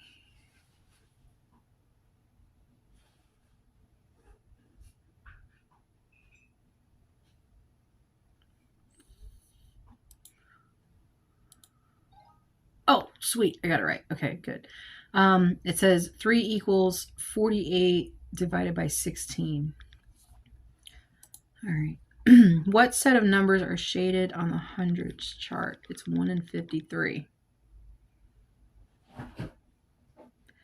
Only the factors of 53 or only the multiples of 53? I think it's only the factors. Oh, I was right. Okay, good. List all the factors of 56. So pulling out my handy dandy calculator, I am going to, there's 3 choices with a listing of numbers. Oh, I'm going to do this. Hold on. Turn it around. All right, so there we go. And there goes my ruler. So list all factors of 56. It's got the numbers right here. And these are the 3 choices. So what I'm going to do is, a factor is what's going to go into 56. A multiple is one that's going to go after 56. So if there's a number after 56, then that's not it. Okay? So it can only go up to 56. That's a max, right? Because it's everything that's going into 56.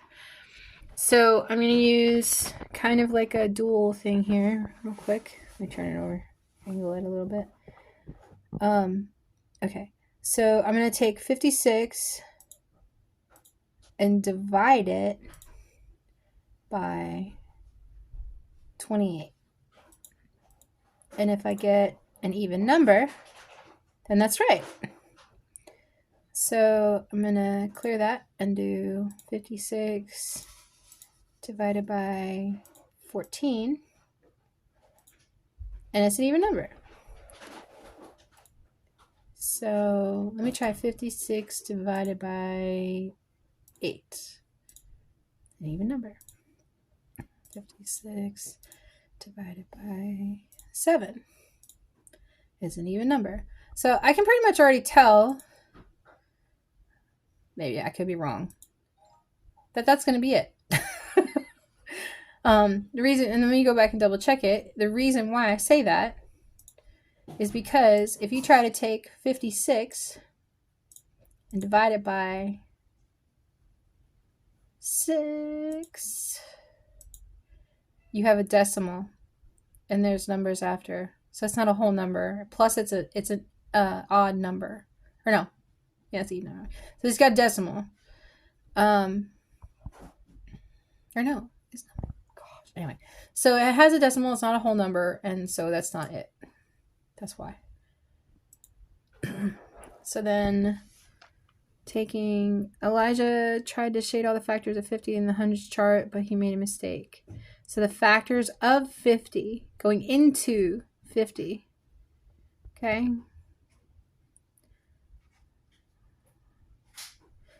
Because he didn't add 50.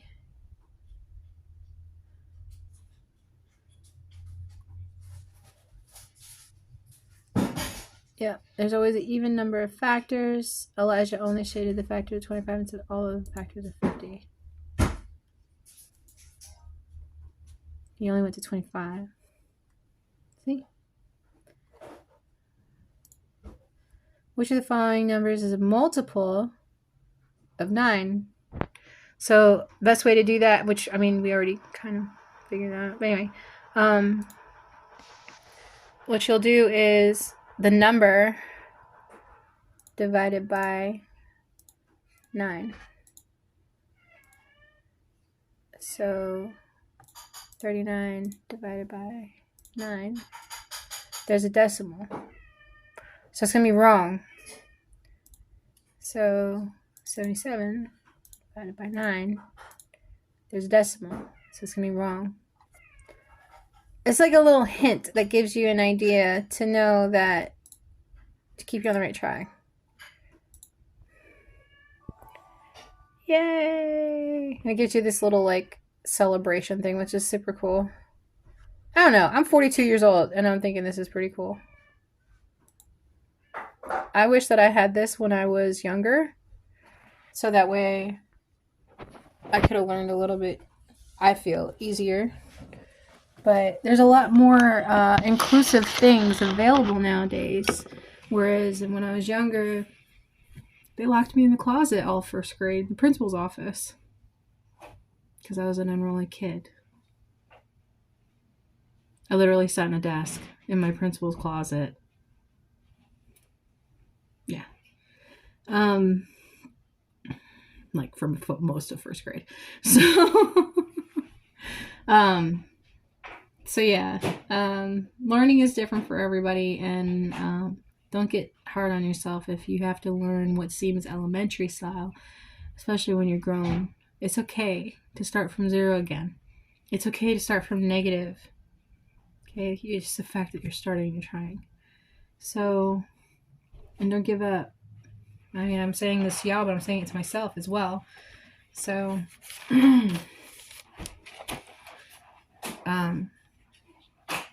it took me a long time to even get to this point to accept the help that I need to get me to move forward to where I need to be.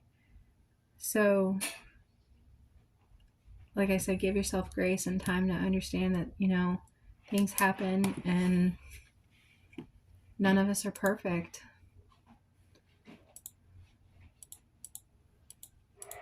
So, I know I'm bouncing around all over the place and I'm sorry. I'm trying my best to keep my thoughts together here. Hey! Hey, buddy, John.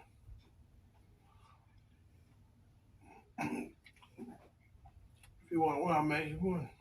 You want one? Please. Okay. Thank you. Mm-hmm. Can you toast the bread though? For real? I'm weird. My fiance is the best. I don't care what anybody says. So, okay, November.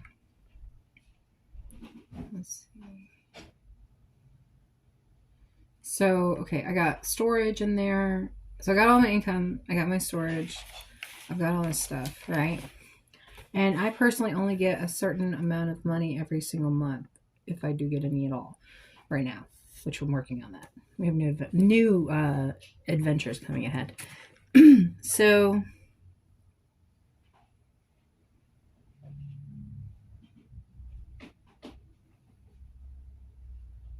okay. So right now, gosh, I can't do this right. I don't even know if you can see it. I need glasses personally.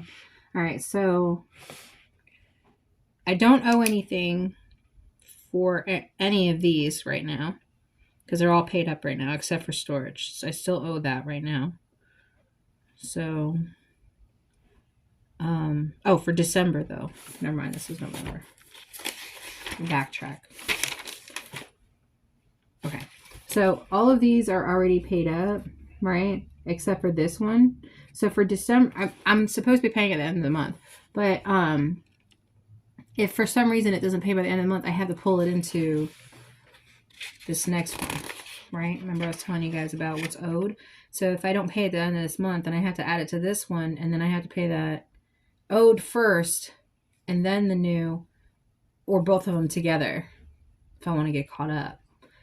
Depending on when the dates are is a factor in payments too, because of when your income comes in versus when your bills are due. You might be able to switch some. Oh, it kicked me off. What?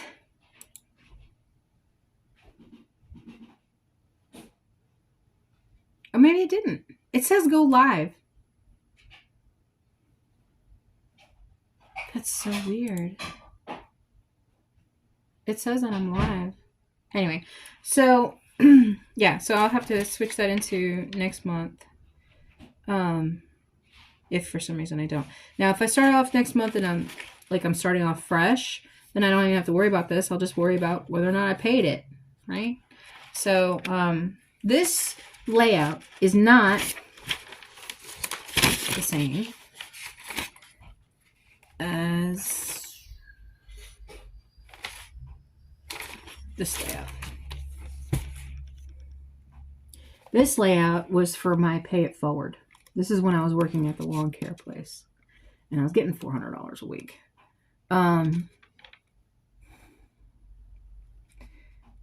I would go ahead and pay the bill, and then I would start to save increments towards the next one, and I actually had it marked.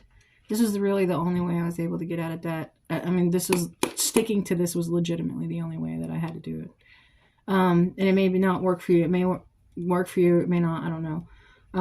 But breaking down the next bill into how many weeks I had left, and then each paycheck that I had, taking that amount out and putting it towards in the envelope towards the next bill of whatever it was that I had. That way I had the money, and then weigh every single paycheck. As you can see, I was only taking out this amount instead of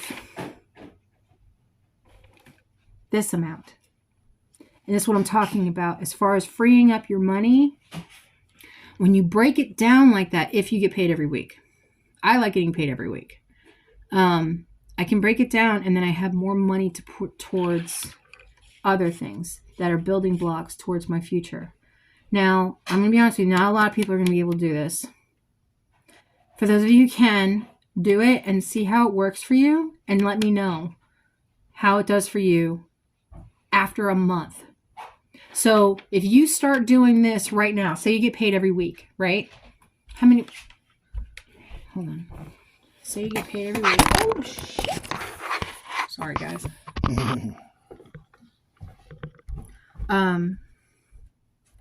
Say you get paid every week. So 1, 2, 3, 4, 5. So there's 5 weeks left until Christmas. 5 Fridays left until Christmas, I think. So there's 1, 2, 3, 4, 5. Yeah, 5 Fridays till Christmas. Excuse me. And you get paid every week. If you do this, you're going to have a lot of money for Christmas. Trust me when I say you're going to be surprised to see how much easier paying your bills is when you can break it down like that. I'm serious. Like, it's the craziest thing. Like, people are like, oh, I want to get paid every month. I mean, granted, you might get more taxes depending on your situation. You might get more taxes taken out of your check if you get paid every week versus every month. I don't know how that works. So it also depends on your tax bracket as well. Like, if you're qualified for certain things, like if you have kids, or like I said, if you're married or not, if you're a male, if you are and I hate to say this, white male that is over from the age of 18 to 35, 40, I want to say get taxed the most. When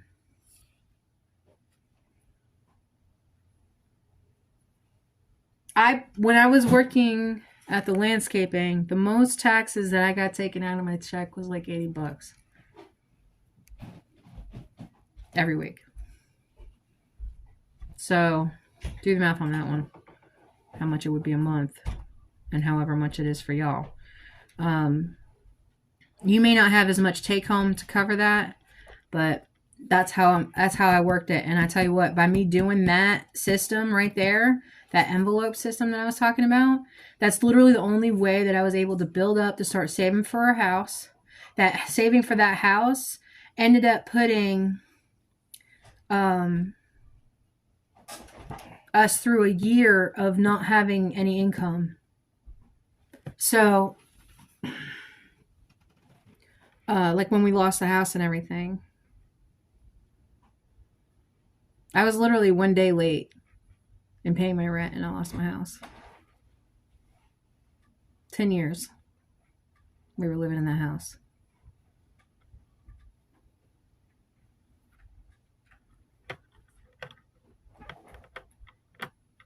Anyway, so it's been 5 years and it's still a touchy subject. Anyway, but yeah,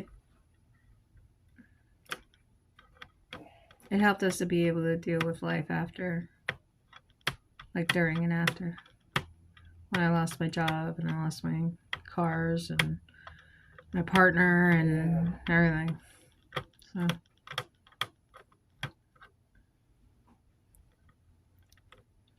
it really does give you perspective on how much easier things could be if you just broke things down into bites that you could actually chew. And that goes for most things in life, I feel. Thank you, baby.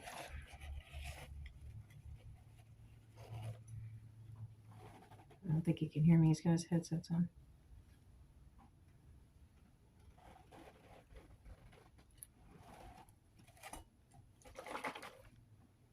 We do these. I don't know if you guys have ever done that before. Brushing checks. I don't know if it matters.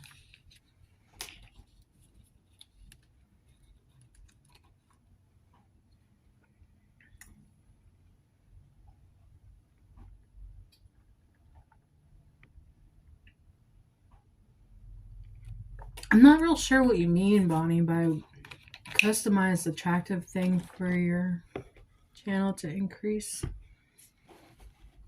Other than, I mean, my stream flames is from when we first did our Twitch. So I'm not real sure. I am trying to work towards becoming monetized on all of my social media. I've been building my social media for the past couple of years to the best of my ability. And it's been very interesting. Hey! You gotta scratch the table just to drink some water, bro. So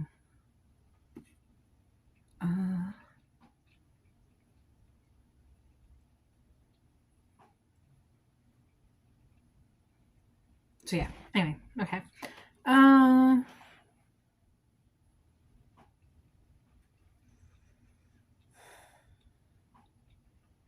The problem with my brain is it's so great, but my problem with my brain is that it's so great that I can't even keep up with it half the time. Okay, so I'm going to put this back in here now that I have an understanding of that. Now, like I said, I don't really have that much of an income right now. I don't have a legitimate job.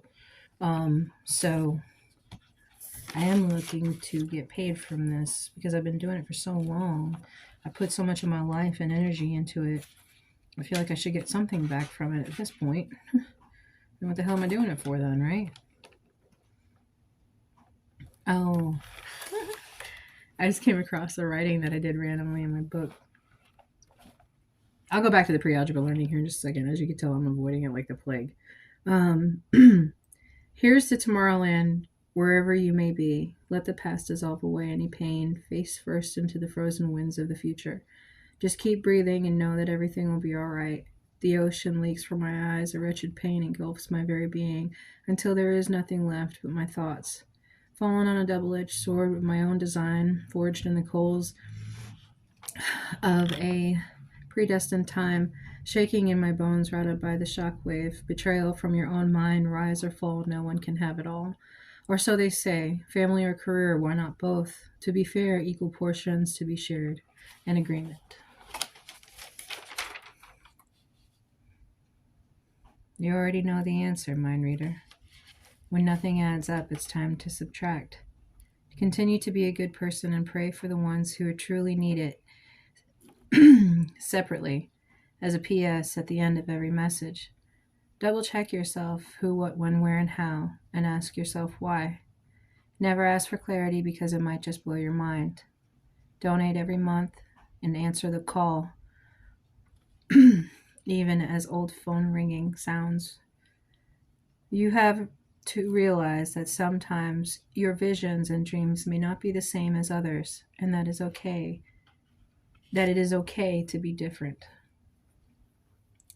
Life takes us through many changes, and even though we may plan our best, sometimes things happen that are out of our control, beyond the protection.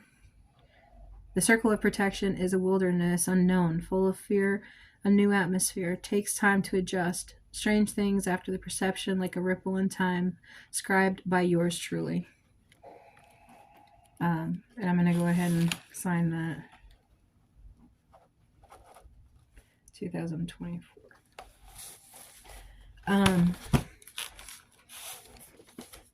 Whoever needed to hear that. Personal learning. Khan Academy. Let's go back. See, the wonderful thing about this day and age and this generation is as much as I'm switching around, they're able to keep up with it. I can't. You know, that 30 seconds of now with my peanut butter and jelly on multi-grain bread.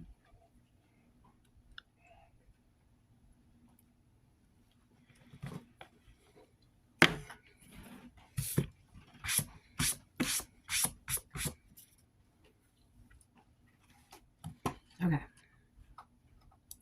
Prime numbers.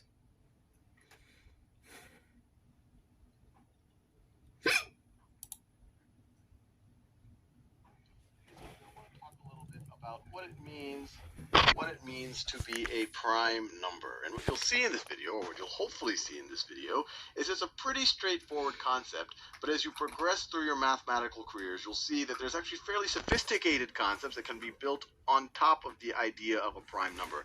And that includes the idea of cryptography, and maybe some of the encryption that your computer uses right now could be based on prime numbers. If you don't know what encryption means, don't have to worry about it right now. Just need to know that prime numbers are pretty important.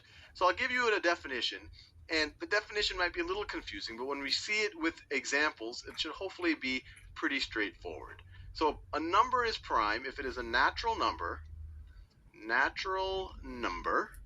and a natural number, once again, just as an example, these are like the numbers 1, 2, 3. So essentially the counting numbers starting at 1, or you could say the positive integers. It is a natural number divisible by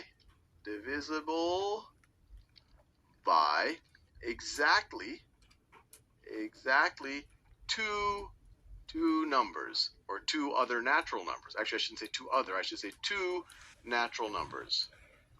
So it's not two other natural numbers, divisible by exactly two natural numbers. One of those numbers is itself, and the other one is 1. Those are the two numbers that it is divisible by, and that's why I didn't want to say exactly two other natural numbers, because one of the numbers is itself. And if this doesn't make sense for you, let's just do some examples here and figure out if numbers are prime or not. So let's start with the smallest natural number, the number 1. So you might say, well, look, 1 is divisible by 1, and it is divisible by itself. You might say, hey, 1 is a prime number. But remember, part of our definition, it needs to be divisible by exactly two natural numbers. 1 is divisible by only one natural number, only by 1. So 1, although it might be a little counterintuitive, is not prime. Let's move on to 2. So 2 is divisible by 1 and by 2, and not by any other natural numbers. So it seems to make a constraint. It has 2, it's divisible by exactly two natural numbers, itself, that's 2 right there, and 1. So 2 is prime. And I'll circle the prime numbers. I'll circle them. Well, actually, let me do it in a different color since I already used that color for the, well, I'll just circle them. I'll circle the numbers that are prime. Now let's 3. And 2 is interesting because it is the only even number that is prime. If you think about it, any other even number is also going to be divisible by 2 above and beyond 1 and itself, so it won't be prime. We'll think about that more in future videos. Let's try out 3. Well, 3 is definitely divisible by 1 and 3, and it's really not divisible by anything in between. It's not divisible by 2, so 3 is also a prime number. Let's try 4, and I'll switch to another color here. Let's try 4. Well, 4 is definitely divisible by 1 and 4, but it's also divisible by 2. 2 times 2 is 4. It's also divisible by 2. So it actually it's divisible by 3 natural numbers, 1, 2, and 4. So it does not meet our constraint for being prime. Let's try out 5. So 5 is definitely divisible by 1. It's not divisible by 2. It's not divisible by 3. It's not divisible by 4. Exactly divisible by 4. You could divide them into it, but you would get a remainder. But it is exactly divisible by 5, obviously. So once again, it's divisible by exactly 2 natural numbers, 1 and 5. So once again, 5 is prime. Let's keep going just so that we see if there's any kind of a pattern here. And then maybe I'll try a really hard one. If my phone dies, I'm sorry. So let's try the number 6. It is divisible by 1. It is divisible by 2. It is divisible by 3, not 4 or 5, but it is divisible by 6. So it has 4 natural number factors, I guess you could say it that way. And so it does not have exactly 2 numbers that it is divisible by. It has 4, so it is not prime. Let's move on to 7. 7 is divisible by 1, not 2, not 3, not 4, not 5, not 6, but it's also divisible by 7.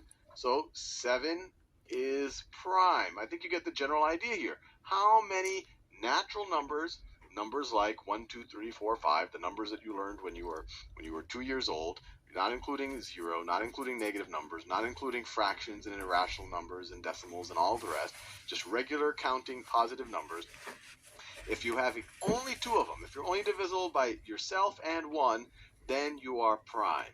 And the way I think about it, if we don't think about the special case of 1, prime numbers are kind of these building blocks of numbers that you can't break them down anymore. They're almost like the atoms. If you think about what an atom is, or what people thought atoms were when they thought it was kind of the thing that you couldn't divide anymore. We now know that you could divide atoms, and actually if you do, you might create a nuclear explosion.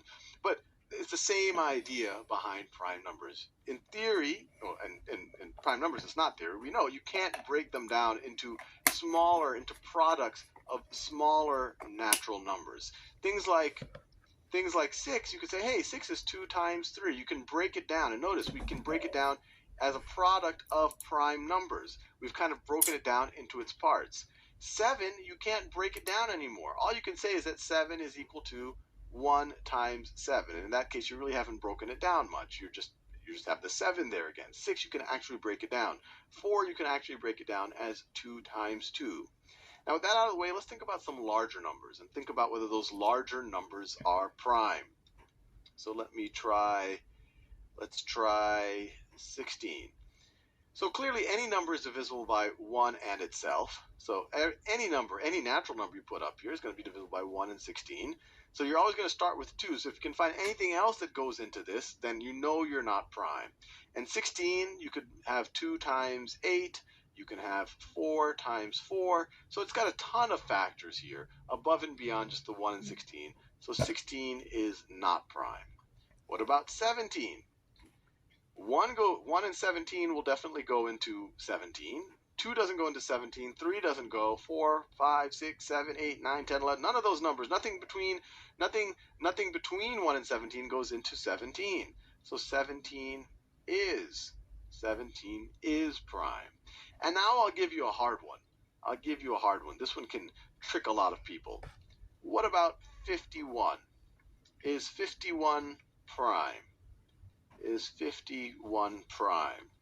And if you're interested, maybe you could pause the video here and try to figure out for yourself if 51 is a prime number. If you can find anything other than 1 or 51 that is divisible into 51. It seems like, wow, this is kind of a strange number. You might be tempted to think it's prime, But I'm now going to give you the answer. It is not prime because it is also divisible by 3 and 17. 3 times 17 is 51. So hopefully that gives you a good idea of what prime numbers are all about, and hopefully we can give you some practice on that in future videos or maybe some of our exercises.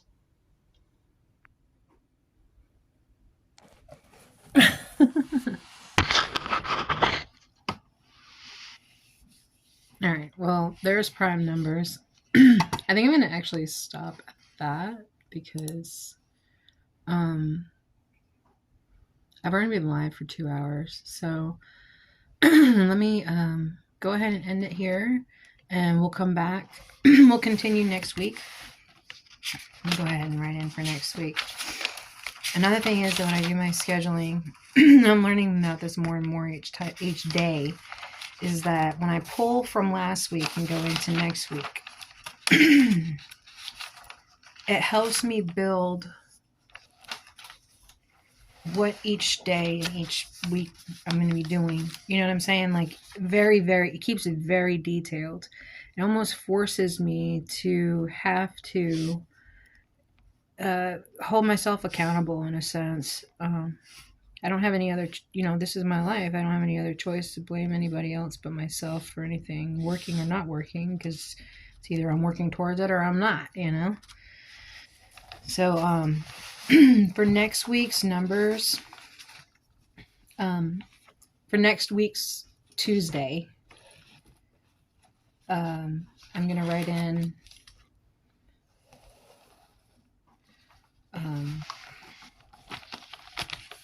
for the pre-algebra Khan Academy prime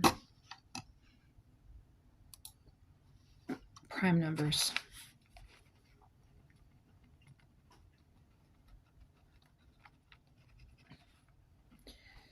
Okay. And that is lesson 2.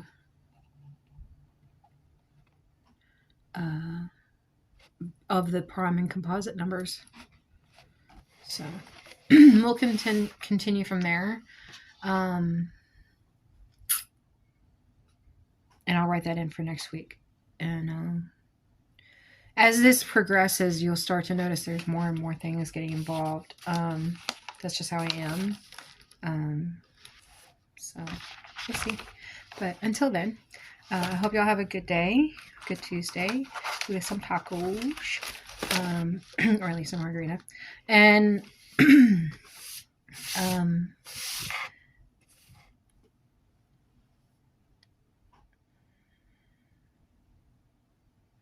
so yeah, I think that's it. We'll probably be going to the gym after a while.